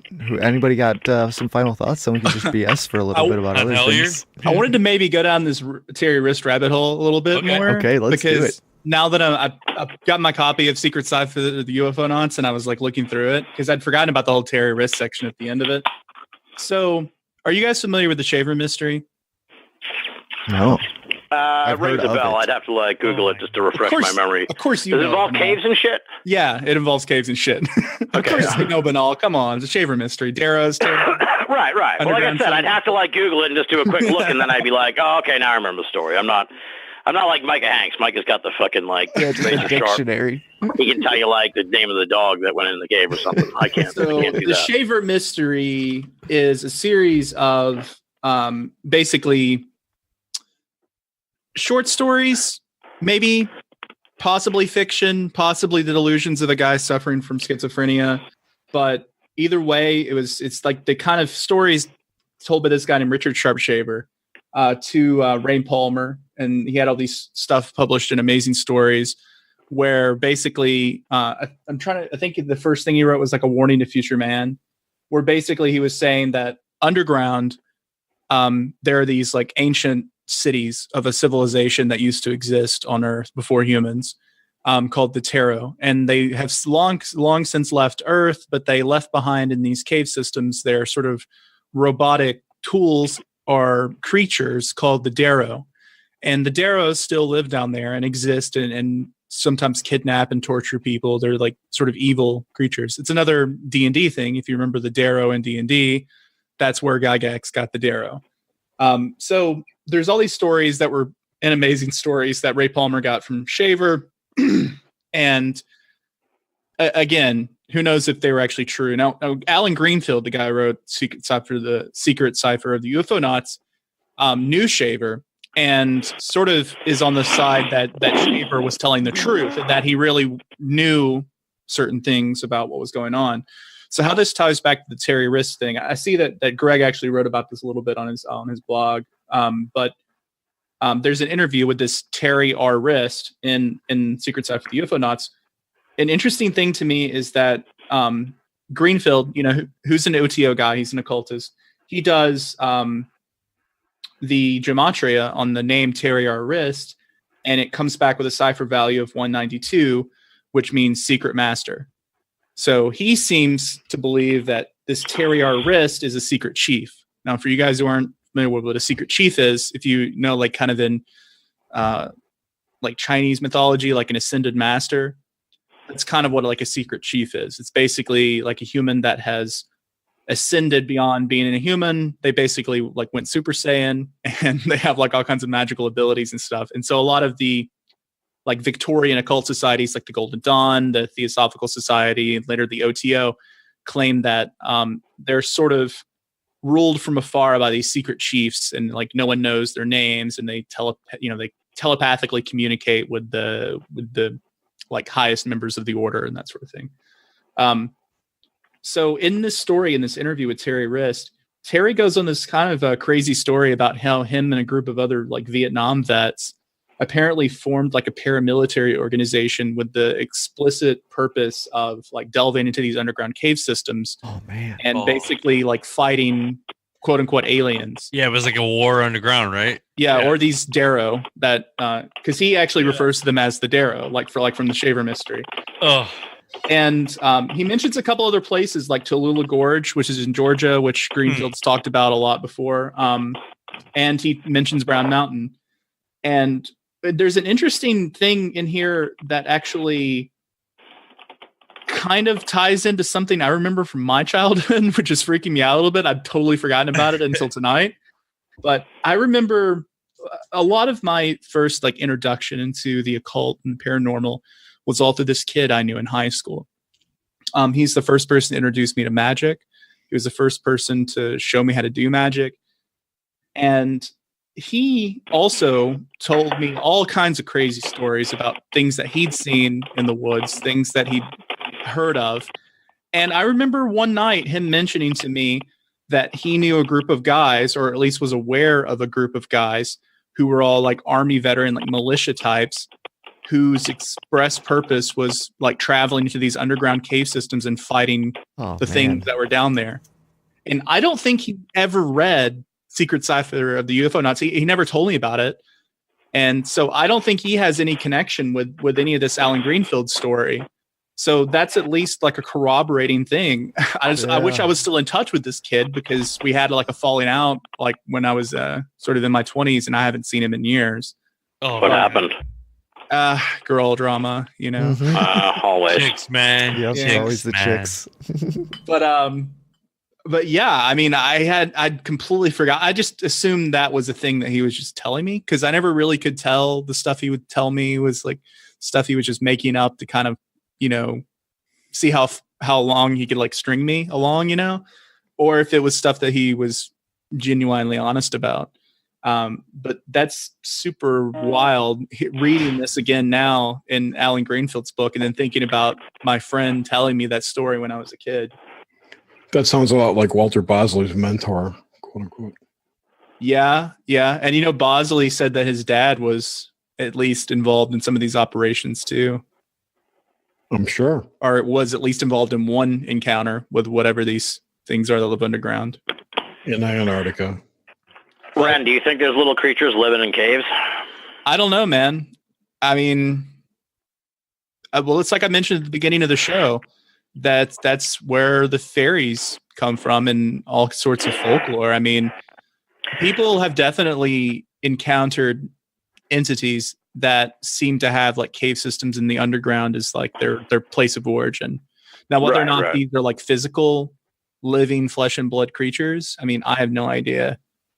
I wasn't asking like to bust ball. It sounded kind of like I was being sarcastic, but because when I was watching it, I kind of, you know, I guess you could say I still entertain the idea that like, why, if they can find living stuff like in intense conditions, then why can't there be something like living in these caves? It's like if there's space, something will find a way to live in it, and like who knows? I mean, you know. The way I look at it, some kind of race of people could have gone in there in a cataclysmic time and then just not come out involved in shit. Or maybe they never came out and were dealing with their ghosts. Oh, you know, man. like the ghost of a dead civilization. Dude. You know, it makes me like I sort of. That's like the Hellier thing, like with the town. You know, like it's this mining town. Maybe dudes have died in the mines. You know, like. I don't know, relatable to that aspect of it. Like, Yeah. It's just that creepy ass vibe. Well, it's like right. Well, that's what I liked a lot about the series too, is it sort of transformed. The first few episodes were like, until they did that Estes ghost box thing. It sort of like started out as sort of like a crypto zoological expedition almost, where it was like they had photos of footprints and it's very cryptozoological, where it's like, okay, we're on the hunt of this creature. But then it was like, then they did that experiment, and then it turned into like a ghost thing. That's what I meant by where like they really captured the paranormal, where it's like, by the end, you're like, all right, I don't know what the force is behind this, but it seems like it's connected to the goblins and whatever sort of like psychic energy or whatever you want to call it, energy these guys were sort of interacting with. Because it certainly seemed like they were interacting with some kind of intelligent force. Well, if you go and look at the the European folklore about the Fae and about I'd rather not. those creatures, like it turns out that they kind of are ghosts. They kind of are the dead. I mean, it's like our good pal Kutch says, what we're really dealing with here is a millennia long ghost story. It goes so far back with when you talk to Josh. Yeah. Oh my God. He'll put you in place, dude. And anything you thought you knew, if it times it by 1,000,000 years backwards. Yeah. Yeah. I would say I want to talk to the dude that actually fucking was in this film and made this film right now. Greg Newkirk is on the show. What's up, dude? Are you sure he's on the show? No, he's on it right now. If he wants to talk. He's here. He's just in the background. No, he's just here. Oh wait, you gotta adjust your setting if you can hear us. It's cruising with steak. Yeah, it's technical difficulty central. Anyway, while he gets that ready, I've been chatting with him on fucking Twitter when we're going live right now, and he wants to jump on. You know what we got to do, Binnall? Right? Greg, go down to where the microphone is on the left, and when we're down when we're in Atlanta in April, we got to get Greenfield. He lives in Atlanta, Does he really? Yeah, Josh was saying that. I feel like he's probably key to a lot of this. I'm interested to if these creeps running the board can never get Greg on. I'd be interested to see if we're trying. That's one thing. I called Greg actually right after I watched the first 3 episodes, and I was like fucking blown away. And I had a few beers, and I was just like gushing about how awesome it was. But I didn't get a chance to ask him. I know they didn't talk to Greenfield, but I'm wondering if they have since, or if they're trying to track him down, or if he's given any information. Because if he talked to this Risk dude, he's the only guy we know in the story who has sort of any, like, as far as we know, like, known connection to this dude. So I'm wondering if he could provide, if he did or could provide Greg with any information about where this Risk character came from. Well, or first off, can you hear me? Right, dude. Yeah, there he is. Holy shit. Right. I tried to fill the time as much as I could. No, beautiful. He's a pro. This guy's a pro. Yeah. Pro. Let me launch right in and say I actually was in contact with Greenfield way back in the day before we even got together and went to Hellier. Before this, yeah. Because, I mean, obviously, like you said, he's the first person, he's the only person who knows, at least we thought, who Terry Rist actually is. Mm-hmm. And I've been in contact with him a whole bunch of times, and he hasn't been in contact with Terry, who he says he does not know his real name. They went by assumed names because for obvious reasons. Yeah. And the last time he talked to him was sometime in the early 2000s or the late 90s, and he could send up a beacon, so to speak, but he'd be afraid that we'd be contacted by a fake Terry. And even now, he is under the impression that we were talking to what he says might have been Men in Black and not Terry. Really? Oh, interesting. I keep trying to think where the Men in Black situation fits in. I thought there was some talk about it in the series. Was there a talk about the Men in Black? I think it was briefly touched on, and it was like minute, right? Yeah. The follow up to Secret Cipher is Secret Rituals of the Men in Black. Yeah, because Greenfield takes that kind of occult view of the Men in Black rather than the government agent kind of thing. It's more of an Albert thing. Well, that's one of the interesting things about the Men in Black stuff is people, one of the things Greenfield had told me is they were initially, he believes, ritually summoned, that they were not entities that were like government agents or anything like that. They were actually summoned because what was his name? Who was the guy who was like the first dude? Al Bender. Bender, yes. Bender was, I guess, dabbling in ceremonial magic. Yep, and he actually read out. He had this whole. I wrote an article about Bender doing this, but he had a whole speech he wrote out where he was going to call upon all his members of his UFO club to telepathically read out this message to the Space Brothers, right? And it's literally, if you look at the way he worded it, it's almost identical to a goetic invocation. Wasn't that the basis for World Contact Day? Yes, exactly. Yeah. Yep. And that was supposed to be World Contact Day. And we don't know how many other people did it, but we know Bender did it. And the night after he does this, he has an out-of-body experience in bed, and he's confronted by these 3 Men in Black who basically tell him that, that they're from space and that he's called them here. And then over the next couple of days, he has these multiple encounters with these entities that then give him this little metal disc that he can then use to contact them. It's the magic word was cosmic, right? What is World Contact Day? I think it's still going on.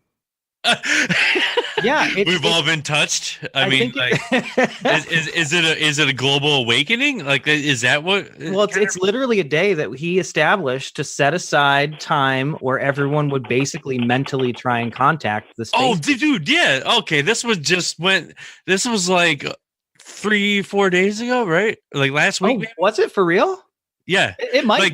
There was supposed to be this. Nah, dude, it's in March. It's in March. Dude, man. No, that was for the. Hold on, James. Yeah. James, hold on. That was for the blood moon. All right, you explain. That was for the blood moon. There was a meditation going on during the eclipse. All right. Yeah, it was still. You're talking about Albert Bender's. World Contact Day. Yes. Yeah, it's March.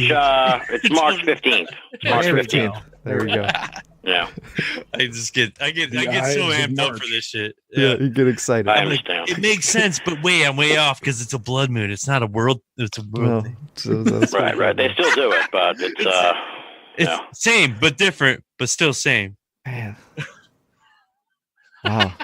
All right. Not to rain on your parade, dude. Sorry. No, man. Fuck my parade. You can the monsoon on my parade. I don't care. I want to throw something else out there too, and I said this on Twitter. Yeah, we don't have any deals for Hellier. No deals. No. But it didn't seem like that when you mentioned it. I mean, it would be great. Holy crap, we'd actually have money. But seriously, we'd be able to actually make something. I can't believe that you have no money. Yeah, when you're slugging away all these years doing this stuff, and then you actually put out a mother effing gem of all time. That's Carl. Honestly, Carl was the driving force in making this because there was so much. I mean, obviously, you see it in the doc. There's so much of it that we had doubts about that we just had it on the back burner, and life got in the way, and we were doing other things. And Carl just felt compelled, like the phenomena itself was telling him, we have to go and do this. Dude, we got to talk about what it felt like with these synchronicities, dude. We have you on the show now, and I'm like, fuck yeah, dude.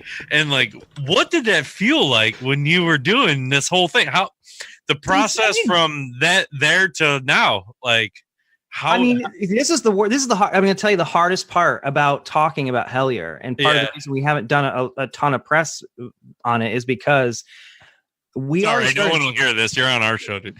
Perfect. I'll lay it all out. Do whatever you want to do, man. Yeah, dude, we got time. We can do whatever you want. Calm down, James. We already started shooting the second season.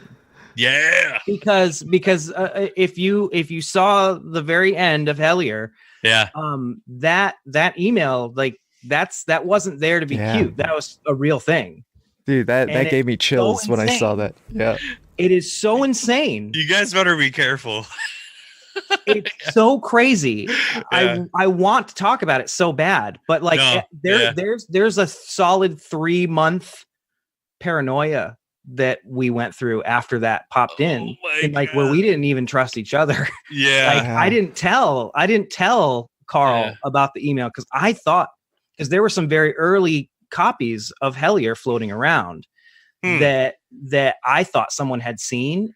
Like they're hacking it, you think? Like, well, no, I thought somebody was putting us on, but no, like he sent it out to like friends and shit to check out or something. Sure. Right. Wasn't like someone stole it from your hard drive or some shit. Copies. That's what I was thinking. I'm like, dude, someone hacked into your shit and stole it. Well, I go crazy. Yeah.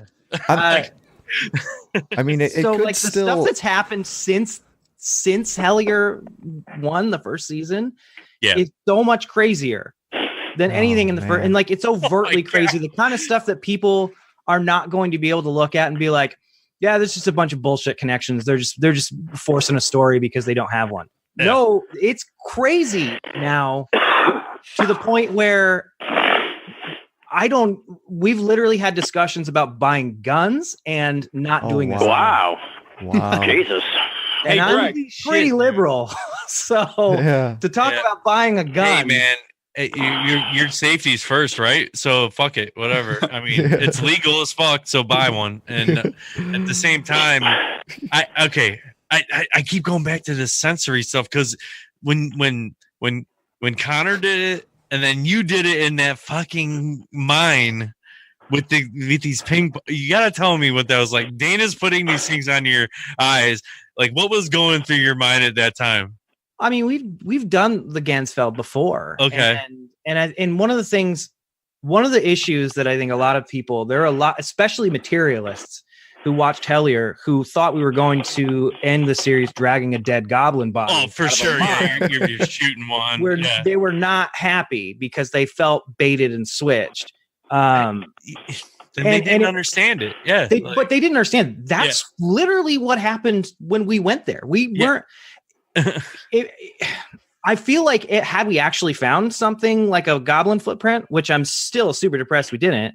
Yeah. People wouldn't have believed us anyway. No. And it's so funny that people had such a hard time with this ending because that's really what a lot of paranormal investigation is like. Like it's not what you expect. So we tried to go into it, and we're already of the mindset that most of this stuff is not biological. It's at least not all the time. And we wanted to approach it from a space where we can actually use different methods of contact, whether it's anything from Dana using tarot cards to using the Estes method to the Gansfeld method and things like that, because it's all about consciousness, which I think is the secret to a lot of the paranormal, which most people have a hard time dealing with. Now that they've been trained that a paranormal show has 3 acts and they find the monster in the 3rd act every time, you know. One of the jokes that people are making is about how, Mountain Monsters was out in West Virginia and they had no problem finding monsters. So why couldn't we do that? Greg, how familiar are you with psychic questing? Not super. Like I have a very high level. Like going through Hellier, like your experiences with the synchronicities, sort of this like quest that you guys are on. It reminds me so much of like the psychic questing type stuff that was going on in England in the 80s. I just want to like read this little thing because you were talking about sort of the paranoia that's setting in. That's also like an element of like psychic questing. Oh, great. Like this quote here, like psychic questing relies on enthusiasm and a sense of mystery to contain the feelings that motivate the individual's concern. People who are not ordinarily psychic need to be highly inspired or frightened to have psychic experiences, and if they do, they receive powerful images. The fear that this paranormal behavior, which comes from a strange point within themselves, generates causes them to suspect that there are dark forces at work. These dark forces reinforce the race against time and cause people to act more spontaneously and out of character, reinforcing the paranormal behavior they're already experiencing, and also reinforcing the sense of brother and sisterhood that exists within those individuals going through the psychic quest. And like that just fits so well what you're going through. Yeah. And it's like that fits a lot of paranormal experiences in general, doesn't it? Yeah, it does. Yeah. And that's why I think it's important that you guys were using like methods of like sort of psi research, like the Gansfeld stuff, like the Estes method, because those are how you're going to continue the chain of synchronicities. You know, like that, like you said, it's hard for people to understand that you're not looking for something physical, you know? Yeah. Oh, I mean, the toughest part is we had a big argument about how to release, and it wasn't even really an argument. It was just a big discussion about how we should release this and whether people were going to receive it well. Mm-hmm. Because as you guys, I'm sure know, there's not a lot of stuff that's as honest about the highs and lows, and as honest about the idea that the longer you do this, the more you start to get to the point where you realize all this stuff is connected. You know, Bigfoot hunters don't talk to ghost hunters, and ghost hunters don't talk to ufologists. When if they did, they'd see they're probably all studying some aspect of the same thing. Yeah, they are. But it's you need somebody who's crazier than you are that you can feel superior to, and people have a very difficult time grasping that. But I've been pleasantly surprised because the reception to it has been mostly positive, which means that all the television producers are liars. This is kind of a weird question, but have you guys had any apports? Any what? I don't know if I should answer that. Okay. You don't have to answer it, but with the psychic questing sort of theme here, like I would not be surprised if you've had apports occurring before or since. Well, fuck it. Yeah, we have. Yeah, it makes sense. We experienced one that was so we left it out of the first season because there was no way to talk about it that people wouldn't freak out about. So it's a hard topic to broach. Yeah, it's a hard thing to kind of tell people about because it's so far outside of what people are expecting. For sure. And I mean, the other thing we were thinking about is, you know, was that what the tin can was? Yeah. It's typical of psychic questing too, isn't it? Yeah, it is. Right? Yeah. Yep. Well, the whole tin can thing too.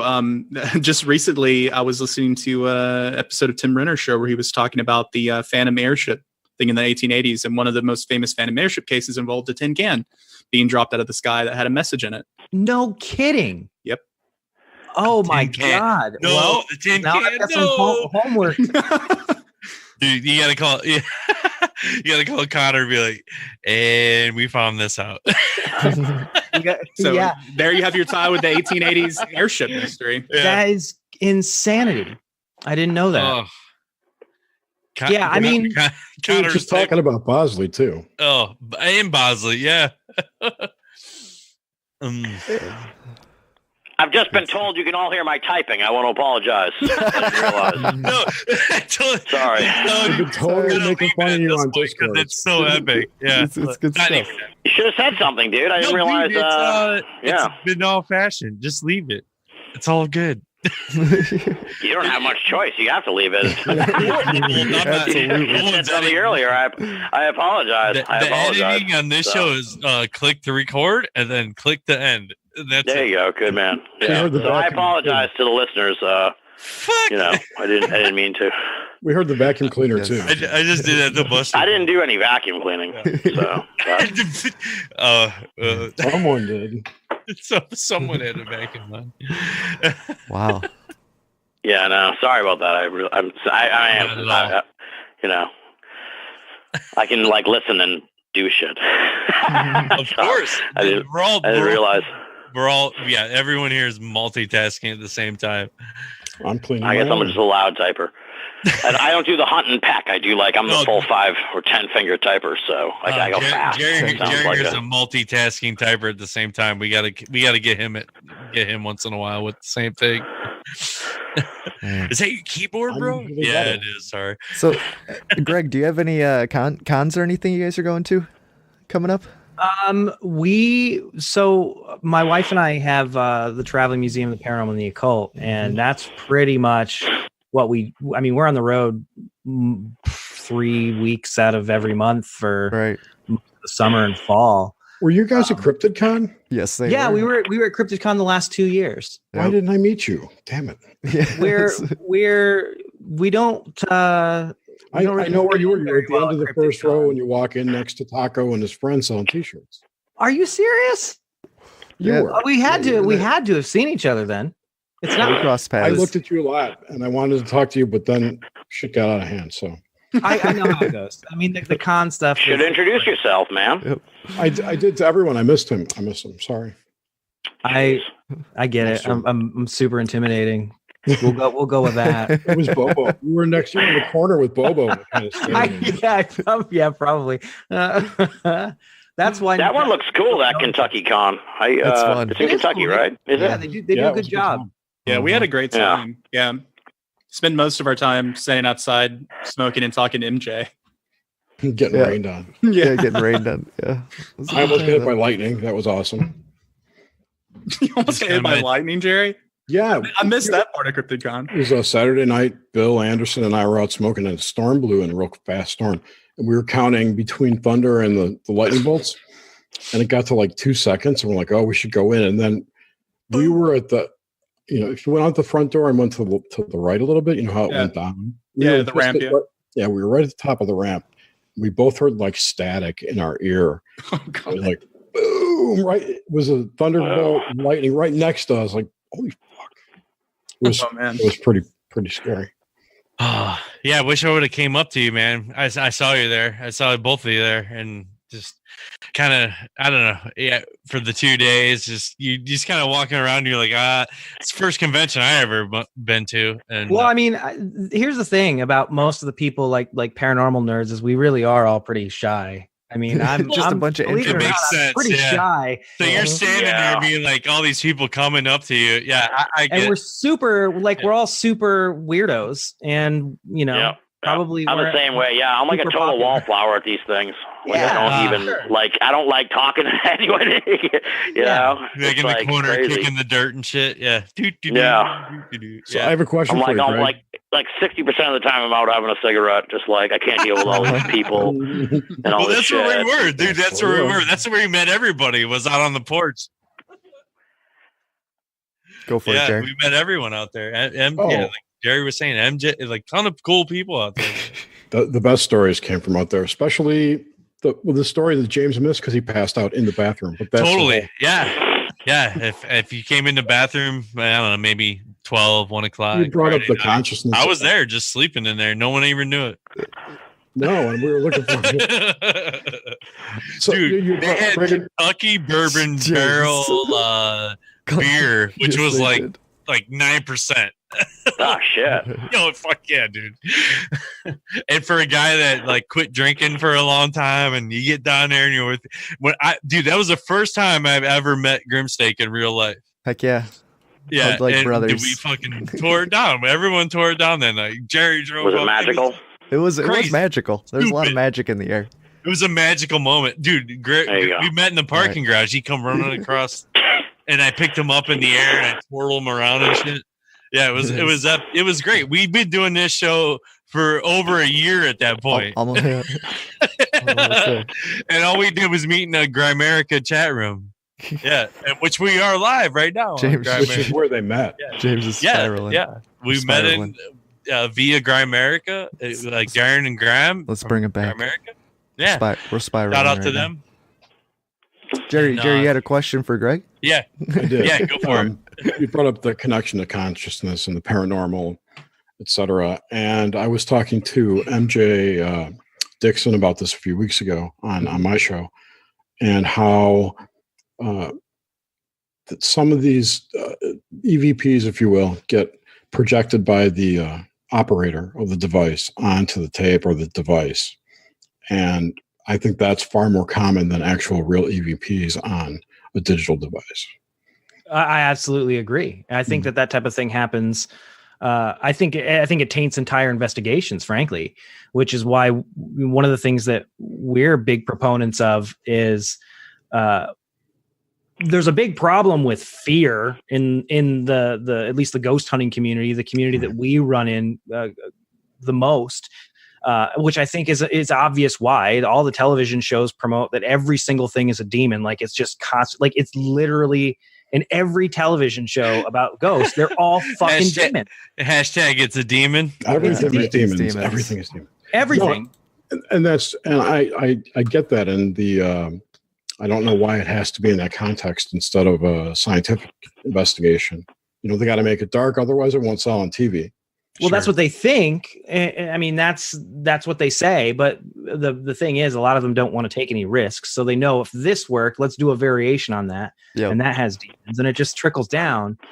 And so the problem is when anyone who's an amateur investigator, even professional investigators, they'll go into these places and they automatically assume in their head that anything that scares them is a demon. So they taint the entire investigation from right there. They're never going to get anything that is anything other than scary. And half the time it's probably their own fucking brains doing it. Right. They're probably feeding into whatever's there, whatever primal energy's there, just to brew up some kind of scary reflection. I totally agree. Yeah, I gotta give you guys credit for just that hike into the abandoned railway tunnel, and just hanging out in there and shit. Like that was just watching it. It's like I don't think I could ever or would ever do that. Well, you don't want to come with us sometime, Tim? Oh, I'm sure you'll convince me, and I will. But I will say this though. I'm glad it didn't turn out this way. Spoiler for people who haven't seen it. In the second or the first or second episode, the guy's like, in one of the creepiest scenes of the whole series, the guy's like, "Don't trust anybody." Yeah, tells you they know where to go. Don't trust them and go alone. And it was like, okay, that was super fucking creepy. And then. At the end, you go to the tunnel that someone recommended, and I'm like, no, dude, you're doing exactly what that guy told you not to do. If it was like a Hollywood movie, that would be the end of you guys, no doubt. Don't go upstairs. We caught some heat because there's a lot of people who were like, well, why didn't you go to the actual cave? Why didn't you go to the place where this was? So number one, you probably noticed that David, his house is blurred in the first episode. Yeah. Right. So we couldn't find David. We couldn't find David. We didn't have enough time to figure out, who that house actually belongs to. We know all of this stuff now. So it's even stranger. I gotta be careful what I say. It's even stranger now, but we couldn't go traipsing around some dude's backyard looking for a cave. Right. Yeah. When we didn't have permission, because we wouldn't be able to show it anyway. That's the weird other nuances. The very last minute before we put the stuff out, we realized, we should probably just blur a lot of these people's faces, even though they knew we were shooting. We didn't know how they would feel about being involved in this documentary. Man, I told my mom I was in this film. They all have to sign releases and shit, or you guys just kind of wing it and then just blurt them out? There's some that we have releases for, and then there's other ones you can do a two-screen release where you have them on camera say, yeah, that's fine, I don't mind. Okay, yeah. If they take you to court, they take you to court. It is what it is. Right. But at least sometimes I think that almost fucks up the whole process in a way where it's all of a sudden you shove a fucking document in some dude's face and you're like, here, man, just sign this so we can, and then next thing you know, it's you've just completely corrupted this dude's whole perspective on what he's gotten himself involved in. You know what I mean? He's like, what did I just sign? Yeah. It's done after the fact mostly, isn't it? Usually, that's the way you do. But the problem is, you don't want to shoot it and then give it to them and then have them say no, or have them go, for $500 I'll sign it. Yeah, exactly. Yeah. It's a real process, I'm sure. Yeah. That when to bust out the contract or whatever. But yeah, some of these you do kind of wonder if that has a deleterious effect on people's perspectives in a sense. It absolutely 100% does. And the problem is, if people know exactly what you're doing, they might do one of two things. They might clam up completely and have good information, or they might just be some Yahoo who wants to be, I want to be on TV. Right. So they tell you whatever crazy story. Right. And so the point I was making was the reason we didn't go to the other caves is, number one, we didn't have caving equipment with us because we didn't anticipate that was what we were going to be in Hellier to do. Yeah. We thought we were going to be hanging out in some dude's backyard waiting for goblins to come out of the cave. We didn't think we were going to be going in mines and stuff like that. And there were people who said, most people in that town were so unbelievably nice, but after hearing that guy say what he said to us, we just didn't know what to do. Like, there were people who were like, hop on the back of my 4-wheeler. I'll take you on up to the Flatwoods. Oh, man. And we'll go up to the cave and see the old Native American burial ground. And like, normally you got a van down by the river. Yeah, right. So there's a reason we didn't go to a lot of the places that I think people were disappointed we didn't go to, because we just didn't when your buddy contacted you guys when you were sitting on the porch that back patio the one night, and with his synchro to it, dude, yeah, and then you talking about the 48, the 48s. Like, dude, that was fucking gnarly. Yeah. Like, and then here's the coordinates. Here's where you go. Here's this spot. Like, and you're just moseying on through like whatever 8 foot tall fucking weeds and cornfield, whatever the fuck it was, to this random thing, and then here's this entrance to a cave. Like, how messed up were you? When you like, are you following a GPS on just your iPhone or whatever? You can't see it. It's actually it's an old. I want to say it's a train tunnel, but I don't think it's a train tunnel. I think it was supposed to be a highway tunnel, but apparently it was super dangerous. From what you were experiencing, Oh, dude, there's stuff. There's giant slabs of rock that are pointing straight down and could just fall and oh god, yeah, I can open. See. I'm thinking like, why? I'm like, okay, this thing's super old, but it's hard. It's just hard to tell when I'm watching it, like how deep it goes in. Like, it's tucked away, way outside of this park. You have to hike through the woods to get to it. You can't see it. The weeds are so tall they cover the whole entrance. Oh, it's huge. And we didn't know if we were actually going to find it, so we literally on our phones are following the GPS point. Wow. Not sure where we're going in the middle of the night. That's what I'm thinking. Like, you're gonna end up on a cliff or some shit somewhere in the middle of nowhere. Yeah. So that car honk that you guys heard. There's no way that could happen. Yeah, no way. Wow. The car honk, and then you're like, I'm seeing things flashing by, like flashing. All right, so great. Yeah, all right, I gotta explain this. All right, so explain it, James. No, like, dude, you put on all this shit. You put ping pong balls on your eyes tape. You got noise canceling headphones on, and then you just. Oh, and the red light. So explain what the red light does. What does that do again? It's just sort of a neutral. It's what they came up with when they were doing the Ganzfeld experiments. It's a neutral color.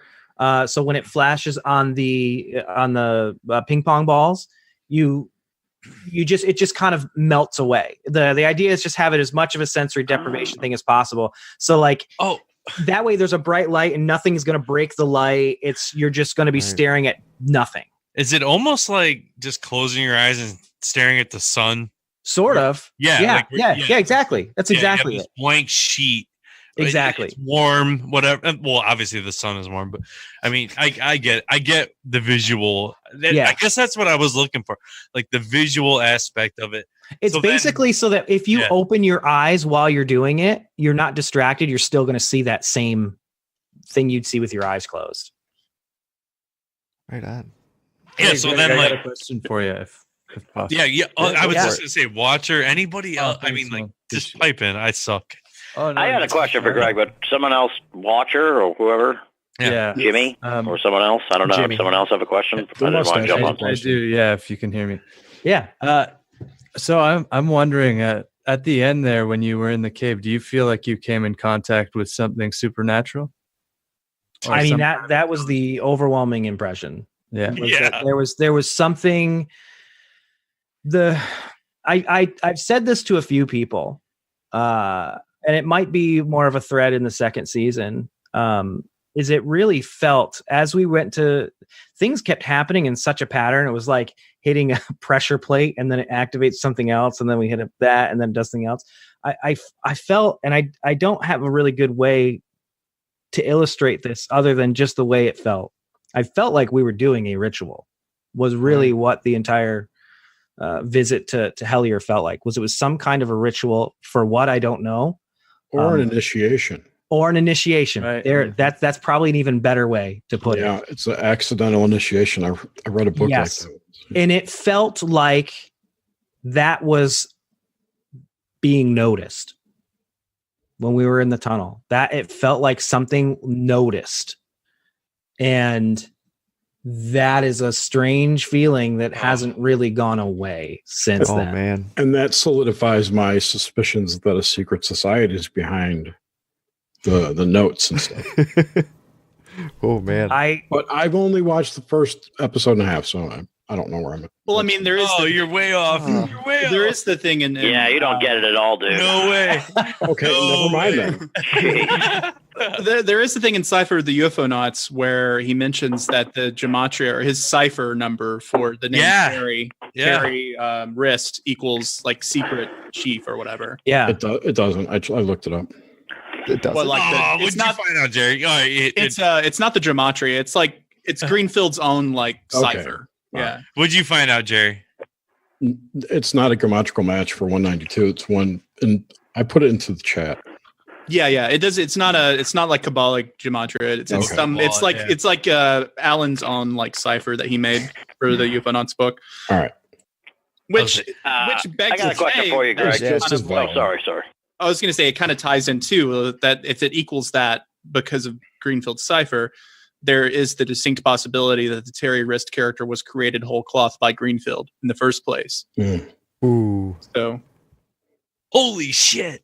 I don't know. I don't know. I had my suspicions about that myself because isn't he kind of from the trickster-ish realm of old school ufology? Is this I don't know him very well. So he's like 72. So he's old. You see, there's parts in the Mothman prophecies where John Keel gets these mysterious phone calls from these entities, these men in black, like Mr. Apol, for instance. Oh Jesus. That's where your name came from. Look at this, we're coming full circle here. That is where my Twitter handle comes from. Yeah. So Greenfield is on the record. Like I've heard him on podcasts say that him and Gray Barker used to go get fucked up and call John Keel and do voices. And fuck with him. Get out of here. But okay, so here's the weird thing. This is the weird thing about Hellier. David Christie, we're convinced doesn't exist, at least not by that name. That's everything we found points to that. Like even the people in Hellier are like Christie. No, everybody around here is Dr. David Christie. And when we went to the courthouse and we told people, I mean, there were people pulling files they probably shouldn't have pulled for us. Oh, wow. Just asking them, hey, we're looking for this. The minute we slap down the pictures, they're like, all right, this is kind of neat. Let's see what's going on. Well, they're like a doctor living in Hellier. No, it'd be like the only doctor, right? Yeah. Well, even then, like it's such a depressed community. That you don't think the roads in Hellier are old mining roads. Like they're not like they're built because they went to mines originally. Right. So there's all of these elements that fit the story. Even the craziest mind-blowing thing to me was, okay, maybe somebody made this whole thing up and they were just jerking our chain. But the photographs are not only are they super detailed, they have dermal ridges on them, which is crazy. Like that's a level of detail. It's insane for someone to send to a bunch of dumb kids at a ghost hunting website, for one. And number two, the fact that those guys who were coal miners were going, well, that's coal slurry. That's the stuff that's made when an old mine blows out. Spits out, right? Yeah. So all of those things, there's something going on there, but there's a level of trickery that's happening. The thing is, how much does it matter if it's pointing us towards something bigger? That's the thing that gets us all messed up because we don't want to throw the baby out with the bathwater. Yeah, like and you shouldn't. I mean, did you try running David Christie's name through Alan's cipher?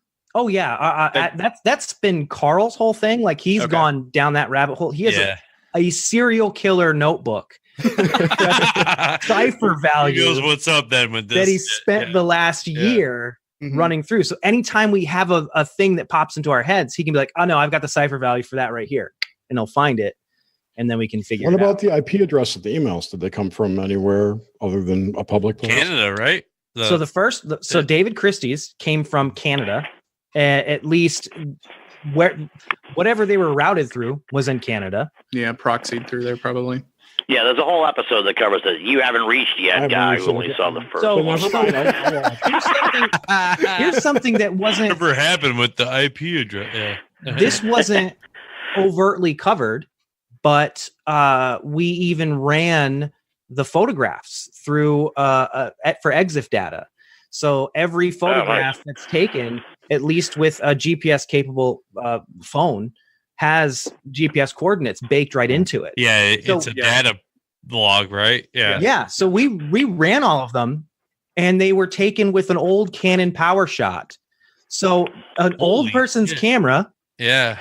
And Carl went so far as to find that model camera, or at least one close to it, and recreate the photos with a cardboard cutout. So would it fit that time frame in that picture? Same date, same time, and even his descriptions of the creatures matched up with the focal length and the flash and all that kind of stuff. Wow. So that was crazy. Terry, his IP address was from California. Yeah. Where it bounced off these whatever. Yeah, you were saying that it's kind of like a triangulation of where these IPs were bouncing off of, which would normally do anyway. But I was thinking there could be a clue in Canada. Like the ping to Canada is crazy. Like, well, so the place in Canada is Ajax, Ontario. Yeah, and Ajax was like 2.5 hours from where Dane and I were living at the time. Yeah, which is the really freak there. Why would it ping all the way there? I have no clue. Like, yeah. But consider that's the origination point then. So maybe so knew what you were looking into. What's that company up there? No, they couldn't. Never mind, because you got it. Yeah, never mind. Yeah, what's the cell company? Rogers or some shit, right? Like up there. There's only a few. There's only like 2 or 3. There's a pretty crazy monopoly up there. Yeah, that's but it's insane because. Watcher, you're in Canada, right? Yeah. Yeah. What's the cell companies? Yeah, there's Telus, Rogers. Yeah, those are the 2 main ones. Okay, and then you have Bell as well. Oh, Bell, Ma Bell. You do have Virgin and Fido and all these other little ones, but you don't have Comcast. They're less common. I had a question for you, Greg. Now that it's devolved into giggling. Yeah. I got a question. So I asked you this the other night when I called you, but I wanted to sort of like just dig a little bit deeper into it. And that's so you made this show about this town. And it's become a sensation. What have these people, have you heard anything from these people? Like what, because it's a tiny little town. They got to know that they're the center of, yeah. So what's been the reaction of Hellier, the community, to Hellier, the series? So a week before, because one of the biggest reveals was we kept the name of the place to ourselves. We never told anybody. Like we didn't even tell Carl and Connor until like they got to Cincinnati. I slapped down all the original files. And I was like, we're going here. And you're like, we're going to the Hellier. Yeah. We're going to Hellier. And that was the first, they couldn't even, they were like, oh shit, he even just told us the name because I'd never said it to anybody. So we kept the name of the documentary as we were putting teasers out. We didn't say the name of the documentary. So a week before the actual trailer with the name went out, somebody from the area recognized the gas station. And it started a frenzy. Oh my God. Because people automatically jumped to conclusions where they were like, oh, they're coming here to use us. They're coming here. They really, I've never heard anything like this before in my life. These people are coming here. And it's a very, very Christian place. So the idea of goblins are like an affront to God. Yeah. Yeah, man. They're demons. They're demons. Exactly. Yeah. My Hashtag parents. It's a demon. Now you got a show, dude. There we go. Yeah, it was that easy. So they the initial response was not great because people jumped to the conclusion that it was another Mountain Monsters type show that was there to exploit people, make them look stupid, and was just full of fake goblins. now that it's been out for about a week, the response has been much different. People have come around. There are still people who are really upset that there are going to be goblin hunters in town. They're really upset about that. It's coming for sure. But people altogether, one of the things that people have constantly expressed is they're like, thank you for being kind to us and not portraying us like a bunch of hillbillies. Like, right. So the response has been... That's obvious in the film. If anybody watches these 5 films, I mean, you'll not see any of that at all in this. I think the closest we got was the guy who said it was too cold to go to the moon. It was like, you felt bad for the place. Like when you guys showed all the all those like abandoned houses and shit. Like why? Like what is that? Like the area was so depressed, people just picked up sticks and were like, "I'm out." It was an old mining town, right? It was an old mining town, and you know the coal boom's over. And what the fuck do people do there to make money? I really don't know. Like, there's no commerce. There's got to be no commerce. People work in the mines. There's strip mines that are still in the area. They probably just commute to the mines and shit. Yeah, there's a lot of guys that work at the mines. Okay.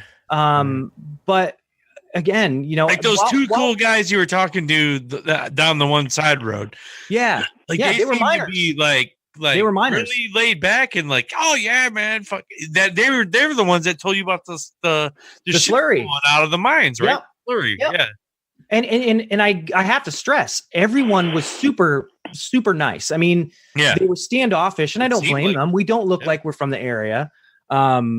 Our friend, one of Carl's guys, Rashad, was our camera guy, and he was a little darker skinned than the rest of us. So we just told everyone he was Cherokee. So it was uncomfortable, that's good, but not menacing. I mean, people were friendly and they genuinely wanted to help, or they just didn't want to talk to us. One of the two. Be like a stink guy, or just kind of like a double take. I think it was more city slickers coming to this town, and, like poking around. Well, I'm sure just the camera equipment too. Probably just they're like, what is flags. Yeah, for sure. For sure.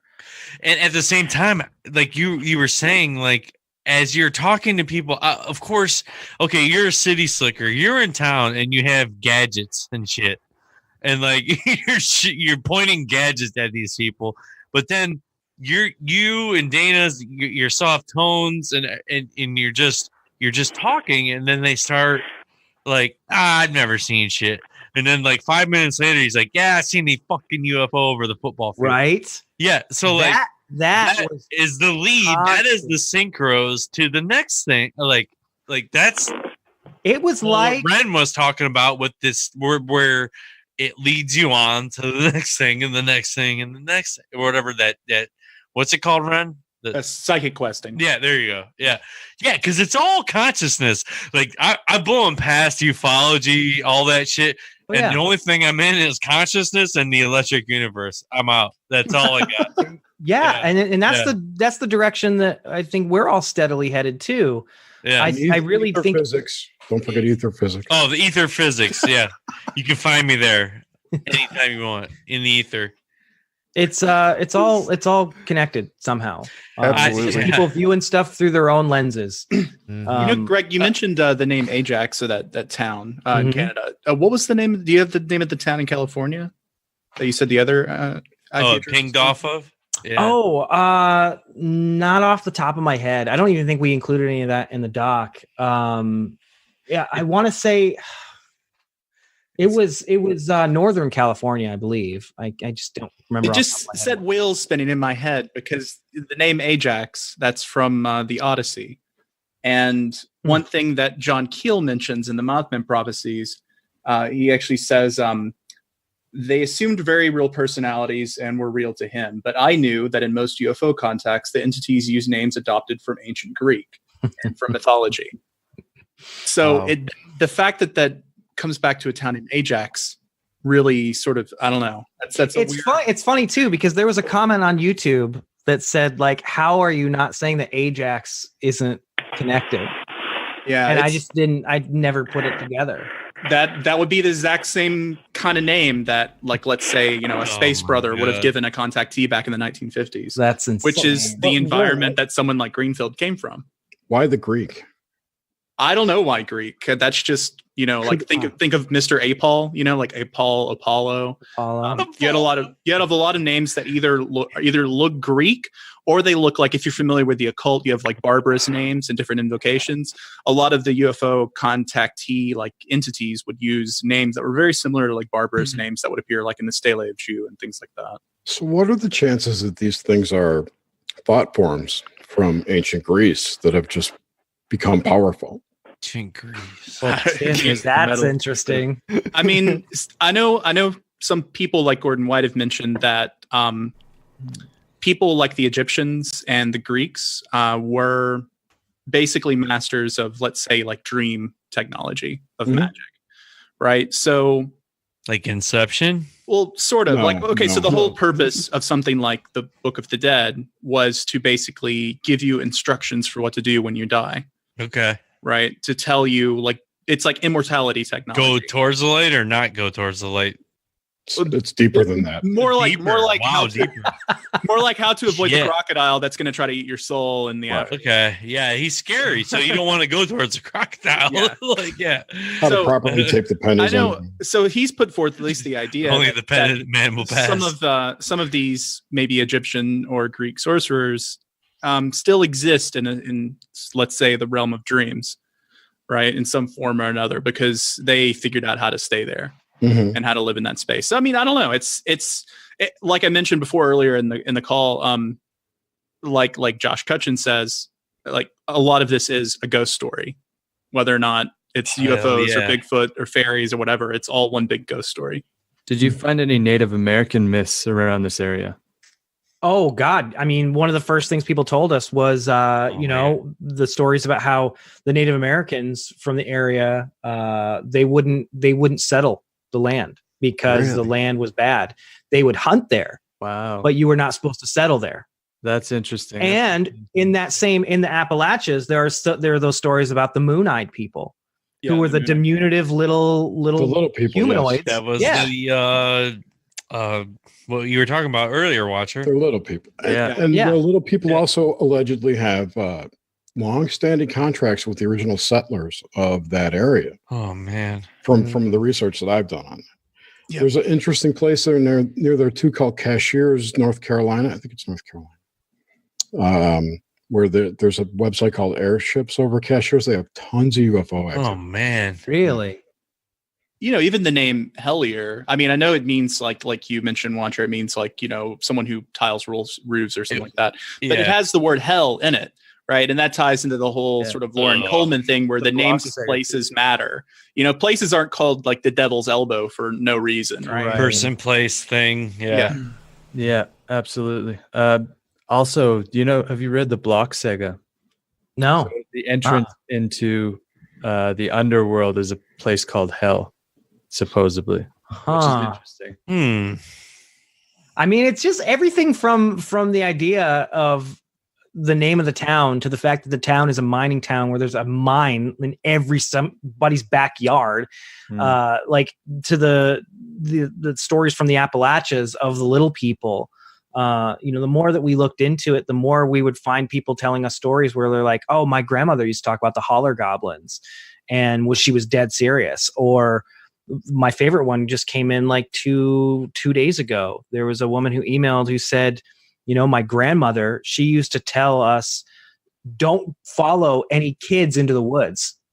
When you're here, you might see children and they're going to tell you to come into the woods and into the caves. Don't follow them. God. Wow. And so there's all of these stories, but it's that problem. That's that paranormal problem where people have viewed it through the lens of their own religious beliefs or their own cultural beliefs or regional beliefs. And they've attached a name to them. And then no one's really gone, these are all the same thing. Right. Since you released it's a Roman cage.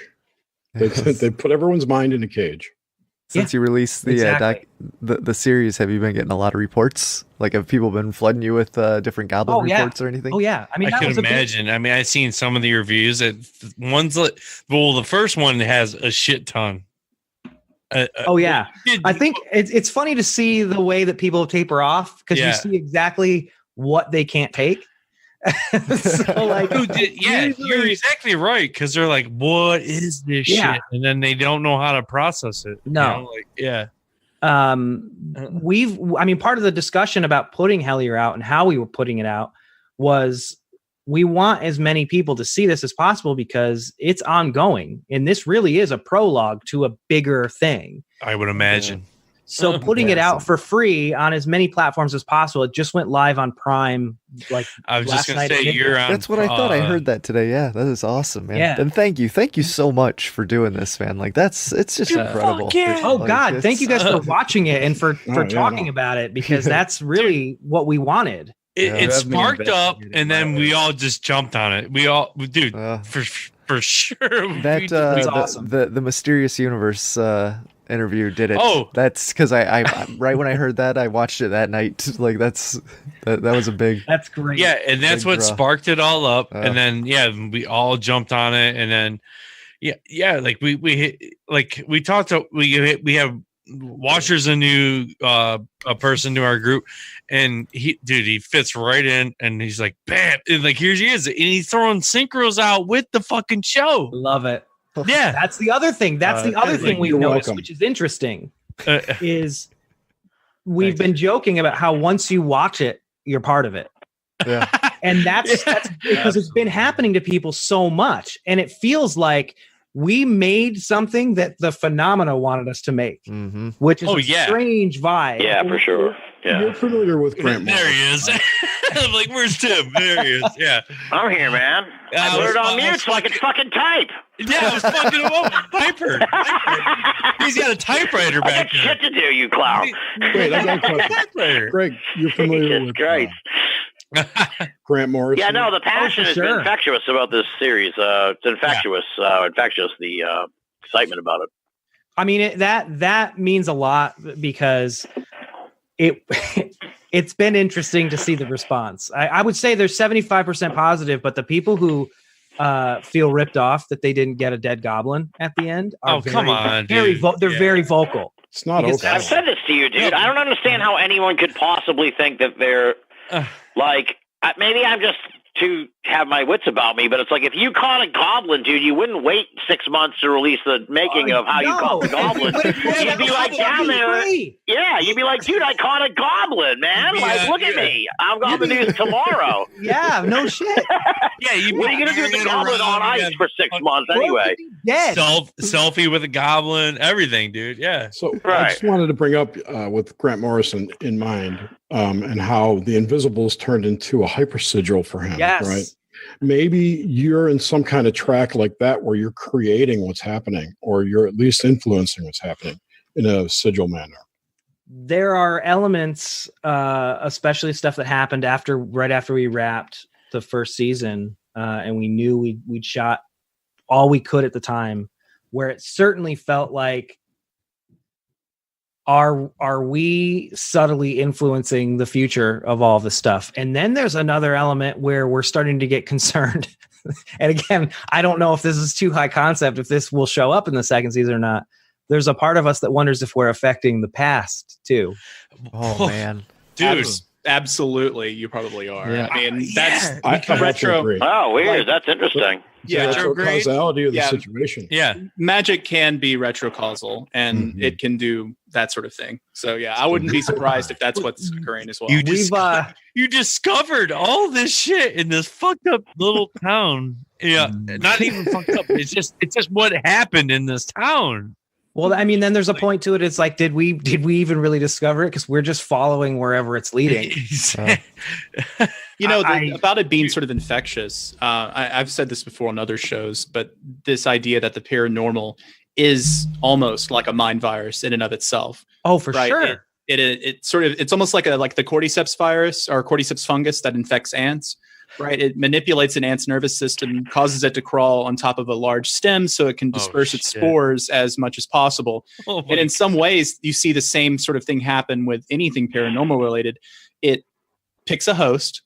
The host then spreads its stories as far and wide as possible. Those stories then infect anyone who comes into contact with them, who then have their own paranormal experiences, furthering the evolution of this sort of effectively like mimetic virus.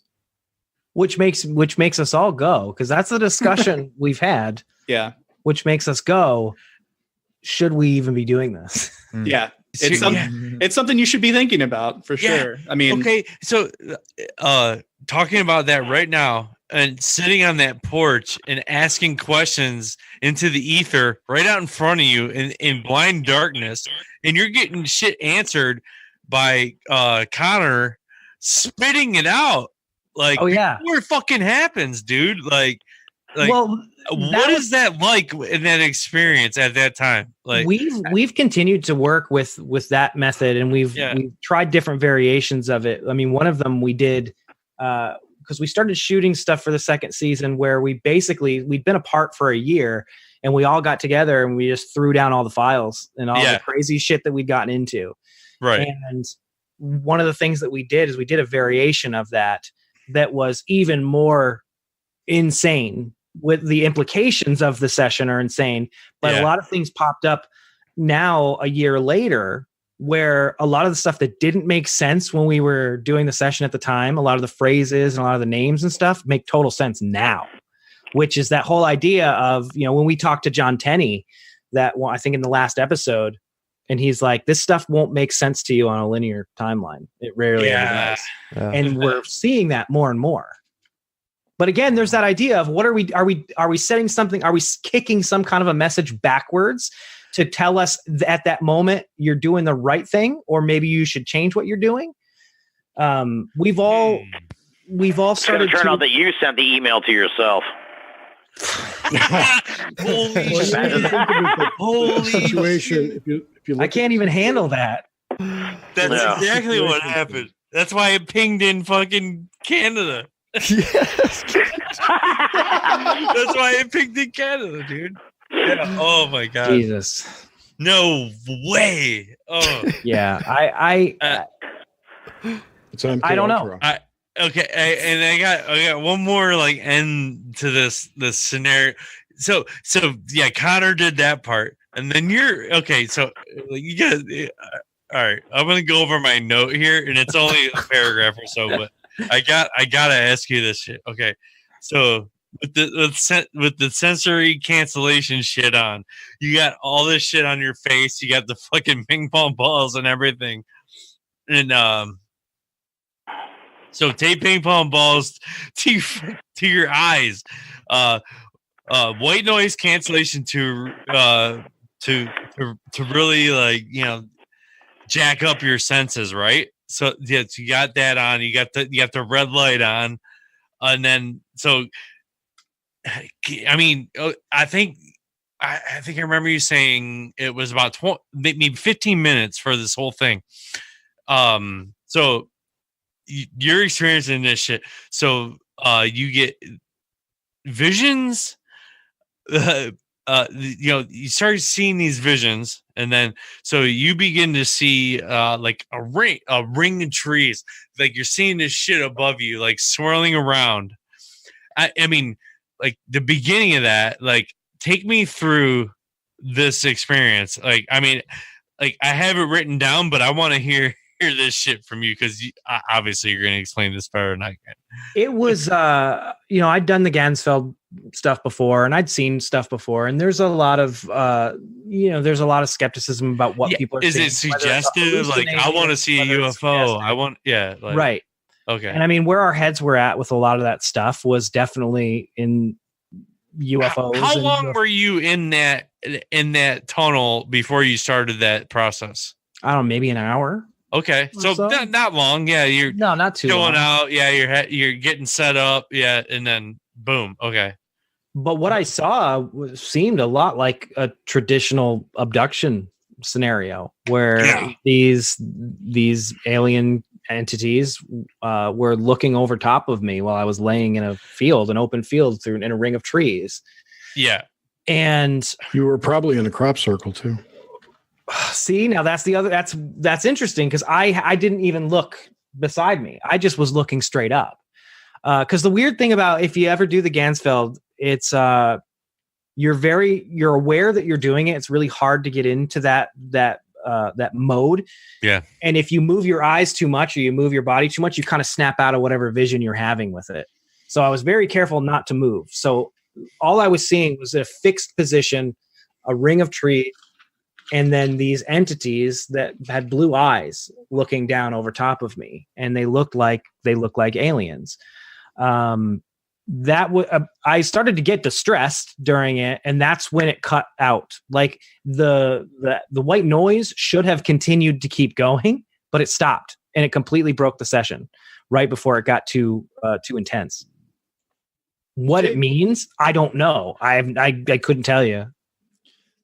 James, do you remember doing the remote viewing experiments that we carried out? Definitely, dude. That was like when I talk about all I'm about is consciousness in the electric universe aspect of things, and honestly, that's all I am about because I've gone past ufology, all this shit, dude.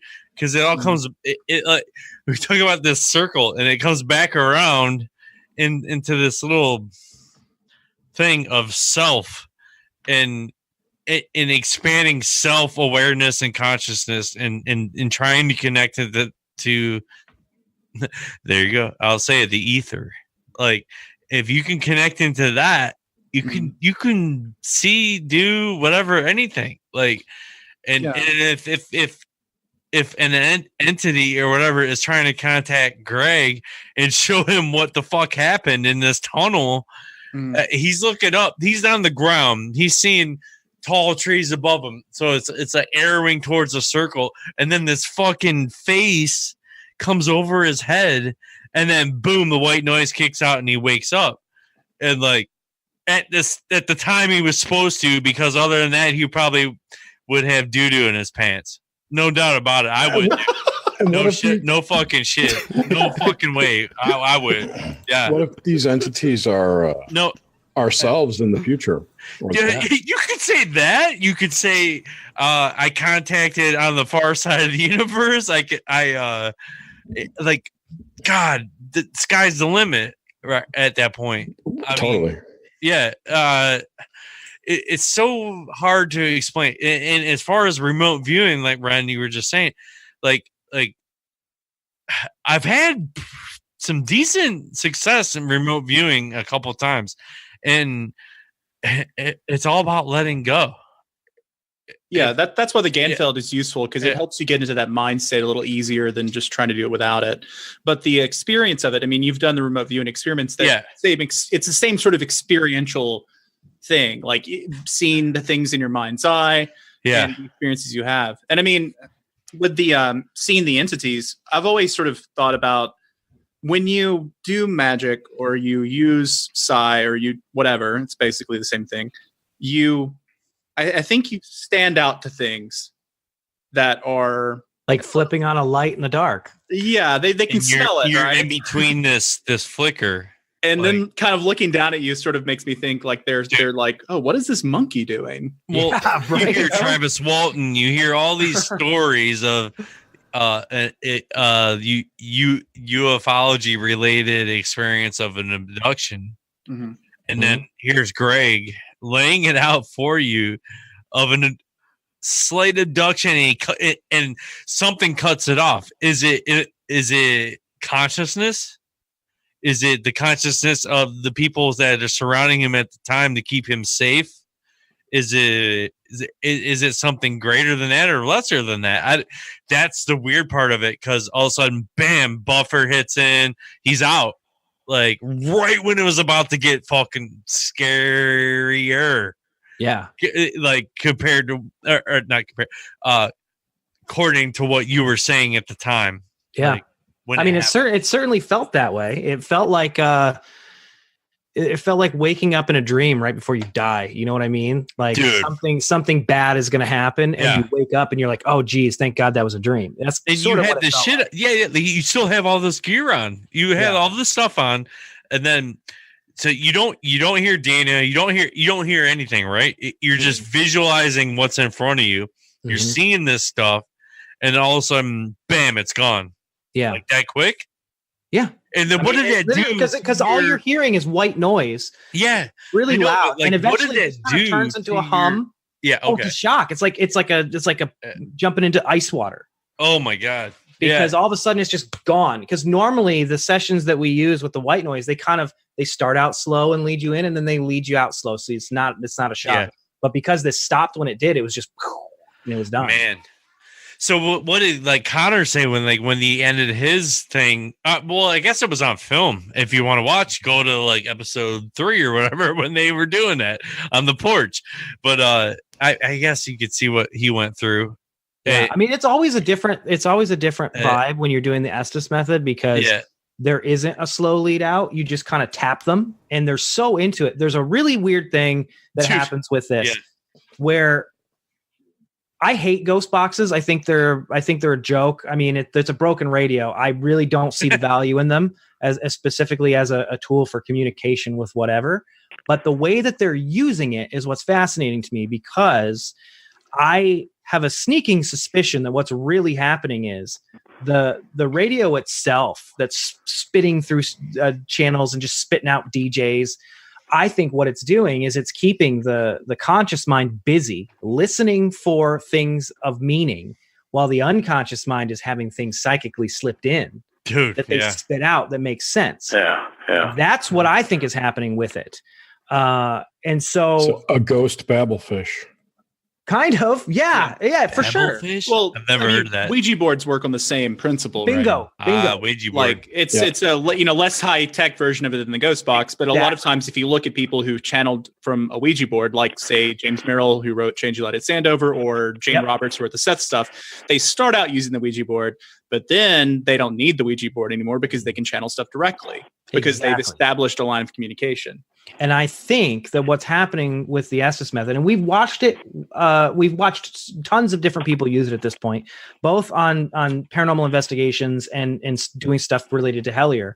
Mm-hmm. People that seem to be psychically inclined do so much better with it. Yes. And the one thing that Connor, we don't really talk about, and I think makes him a bit uncomfortable is, I think Connor is way more psychic than he will give himself credit for. Oh, man. And the thing about Connor is he's on his third heart. The guy is literally half in, half out. Oh, wow. That fits. What do you mean he's on his third heart? He's on his second transplant. Oh, wow. I didn't know that. Yeah. So he's 1 foot in and 1 foot out, and that's the thing that's really interesting about Connor. So he has an experience of that wasn't mentioned in the series. So that's amazing. Yeah, Jesus, he has somebody else inside of him. Yeah, yep. And he's doing these intense things. I'd be afraid I'd break it. Holy shit! Yeah. You know what I mean? I'd be like, look it, dude, I'm on a loner here. I can't be going into a cave like. I want to test this thing out. Holy shit! Hats off to him, dude. That's an amazing. Yeah, it's just alone. No, not alone. It's like if he did that and was just like working in retail for the rest of his life, it'd be an amazing story. Right. But he's making these movies and shit. Wow. Was he psychic before or after the heart transplant? That's a discussion we haven't really had. He doesn't seem terribly comfortable with the idea. And he comes from a very religious background. I mean, my father was a Baptist minister. I was supposed to be a Baptist minister. Oh, shit. I understand where he's coming from with it. It took me a long time to get over a lot of those hangups. What is his what is his thought? I don't know if you ever asked him that, but Connor is hilarious. He's a really funny guy to have. The more that this has turned less of a like cryptozoological thing into some strange esoteric trip into ritual magic and things like that. Subconscious. He just he's to his credit, he's been a trooper and he has been open to new ideas. But he definitely, we always joke that his thing is, Yeah, I don't know. yeah. I don't know about all that. I don't know. Yeah. Well, let me tap into this and see what happens. Yeah. Yeah. So we're like, Connor, you're psychic. Dude, he's got the balls to do it. Yeah, no doubt about I'm not psychic. it. He's a lot better about it now, though, than he used to be, because I think we've harped on it enough. Yeah, dude, you got a good crew there, man. You and your wife and freaking them two. Oh my god. I mean, what are they up to now? What are they doing? Are you guys messing around with a new? Yeah, like you said, you got maybe a season 2 coming out, right? Yeah, I mean, we are working actively on it. Like, it just seems like it'll be a done deal. However long it takes really depends on the reception to season 1. If what we can come up with in terms of finances to make it, which is why it'd be awesome to get somebody like Netflix who's like, yeah, this is great. We could put up some budget for this, because then we could do it the way we really want to. But everybody's got day jobs. I have some friends, so I'll talk to them. Oh my god! Oh please. shit! Please. Yeah, we got a cool crew here, dude. Yeah. All right. Yeah. I mean, hey, we keep joking. We're a cheap date. We made this thing for like nothing. Carl made this documentary while working full time at a Dunkin' Donuts. Oh my god! Time to make the donuts. Yeah. Oh my god! Yeah. I just read that Netflix has a $2 billion budget for original content right now. Good lord! For 2019, rather. So, and they're making a lot of crap. That's your stuff. Exactly. Yeah. Yeah. Like, I guess I almost want to say keep doing what you're doing, but at the same time, I'm like, fuck YouTube. I mean, all this shit, dude. There's a level of autonomy that we would have to do this, because again, we're not doing this in a 3-act structure. We're not. We can't really plan for we can hope for an outcome and try and plan for different outcomes, but we don't know how this is going to end. Yeah, it's so you're traveling down this road. Like, what the fuck? Well, what's the road going to take you? So if it takes 10, if it takes 13, 15, whatever episodes or whatever. Yeah. I mean, we have a rough idea of what season 2 will look like. And we have experiments planned, and we have trips planned, but look at what happened with Hellier. It didn't end up anywhere like we expected it to, dude. So exactly. Who knows? When did you finish that? Like how? Like just a little bit last year. Like we finished shooting. We shot it all in September of 2017. Okay, so September. Okay. And Carl basically was editing it right up to the week we put it out. Wow. Yeah. Wow. And like Connor and his band. He's in a really awesome punk band music out of Colorado, dude, called the Ghoulies. They did the music. Okay. Connor's I thought I heard like he was in part of the music or whatever. Yeah. And he works like 4 or 5 months out of the year for like the Colorado House of Representatives. Yeah. He's the guy who's the reader. He reads all the bills and everything. So he does that. And then they're afterwards, in Loveland. They're in Loveland, Colorado, right? I think Loveland is it. Yeah. The Loveland Pass. The Loveland Pass is where the divide is, I think. Well, if you go up I drove there. Well, my brother lived there once for a while. He lived in Fort Collins. Went snowboarding there. Drove up the Loveland Pass, which is like the highest point of this like divide or whatever, and you can go up there. Anyway, that's the James Cruise. And well, shit, guys, we've been doing this for about 3 hours almost. So I think we should probably wrap this guy up. Oh my god, we've killed it, dude. Just thank you, Greg. Yeah. Thanks, Tim. Yes, thank you so much. Wren. Thanks for letting me come and pop on and rant with you guys. This was fun, dude. Definitely. Yeah, this was cool. This was anytime. I was like, dude, I'm like earlier today. I'm texting crazy. Grim, like, dude, I'm like, fuck it, man. I'll reach out to Greg, and we'll get Greg and Dana and Micah on. Yeah, I'm thinking all this plans down the road. But, at the same time, I sent you a note on Facebook. Like, holy shit, awesome. We got fucking Tim Binnall on, dude. We got like this insane cast of amazing people And okay, I gotta say thanks to Grimsteak first. Oh, here comes the blowjobs. Yeah. Well, blowjobs all around. Yeah. Jerry, because you're fucking badass, dude. We shared a room together. We shared life together. We shared a Roku stick together. We're brothers for life. Oh, no doubt about it. Tim Binnall, fuck yeah, dude. Binnall of America, everybody. Dude, Binnall of America. How long did you do Binnall of America for? Well, I still kind of do it on and off, but we started like in, I don't even know, over 10 years ago, 12 years ago or something like that. Yeah. Okay, so 2005, I think. Yeah. So like 14 years now almost. Yeah, this guy knows what he's doing. Yeah. This guy around the block, bro. Check his shit out. Fucking, what's your website, dude? You just said it like 3 times. Oh, Binnall of America?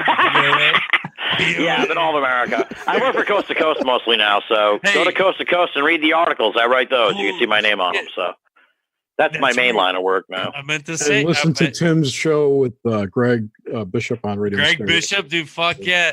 I got to talk to Greg. Hey, man, can you get me in with Greg? I can. He was on my show last month. We got to get Greg on. I don't think we've talked to him yet.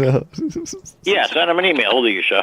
He won't read his email. Send him a Facebook message. Send him a Facebook. Send him a Facebook. I want to say thanks to Wren motherfucking Collier, dude, for coming on again. Dude. Thanks, man. This is fun. Dude, it was great talking to you again. I can't wait to see you again one of these days soon. Yeah, hopefully soon. Yeah. Paramania, baby. Get your ass down there. April. Get your ass to the GA, brother. It's going to be the party of the year. We're going to the Claremont one night for sure. Oh my god, this is gonna be crazy. God. If I can pull this off, this will be epic. Trust me. This is the gathering, man. This is the gathering. That's all you're telling me to do. Yeah, just get in the car and leave. Just get in the car and leave. Yeah, dude. Just leave a note if you want. You know, Wren's going to be there, so I'll see you. So it's a Thursday through a Sunday. It's a 10-hour drive. Yeah, you show up on Friday morning. It's a 10-hour drive. I already looked it up. 10 hours ain't shit. Atlanta's like a hub, dude. I bet you could get a fucking flight to Atlanta from Ohio for like $50. Maybe one for like $50. Dude, I'd rather have Grimsteak drive down. We'll meet up, and then me and Grim. Even if Ren's got to drive to Grim's house. How long was that, Wren? That was a cruise. That was like a 10-hour drive. Yeah, that was a cruise. I'll let you two maniacs figure this out. Yeah. And then a 10-hour drive down. Let's finish wrapping this up, James.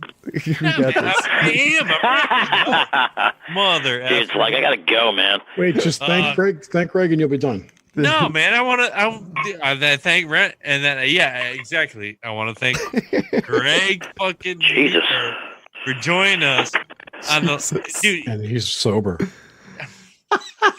Jesus, we're all sober. We're all a little crazy, but we're all sober and we're all having a ton of fun. And Greg, thanks for reaching out on Twitter, dude. Right on the fly. Yeah. So you saw that link, right? Yeah. Well, no. I saw you guys were doing the show, and I was like, well, fuck it, I'll listen. Yeah. Thanks, and then of course I couldn't resist trying to tweet at you guys, and then you just got fed up and sent me a link. I'll mention another thing is fuck the Bengals. What? Hey, I got no horse in this game. I don't give a shit. I promised Amanda through nerds. Shout out, I'm trying to start sporting fights right now. Yeah. So fuck the Patriots, fuck the Bengals, Cleveland rocks. That's all I gotta say. And let's also thank Watcher for coming on too. Thanks, bud. Did I mention? Thanks, Watcher. You're the man, buddy. Yeah. Dude, you had more input than I ever did. I was just trying to go over shit. Oh, yeah. James. Well, then, all right. So let's do this again sometimes, guys. That'll do it, guys. Yeah, thanks, for sure. Thanks a lot. Oh, it was a good time. Thanks, everyone. And we'll end it. Oh man, that's how we end podcasts. So.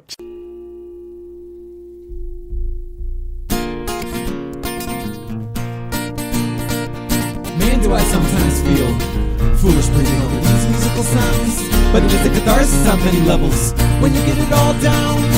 Whether or not you give me a singing clown, enough with the wasting time. Here's some ideas with a million suns and enlightenment. Don't be a servant to the system. The plan would be to stick it to the man, but you say, what if the man can stick it to me with more force? I'd say, disobey in any way, shape, or form, and don't be afraid. Don't be afraid to question the status quo. How you become a servant to these masters of war? How you become a servant to these masters of war? Personally, I don't ever want to be a servant to the system, a cog in the wheel, if you will. No,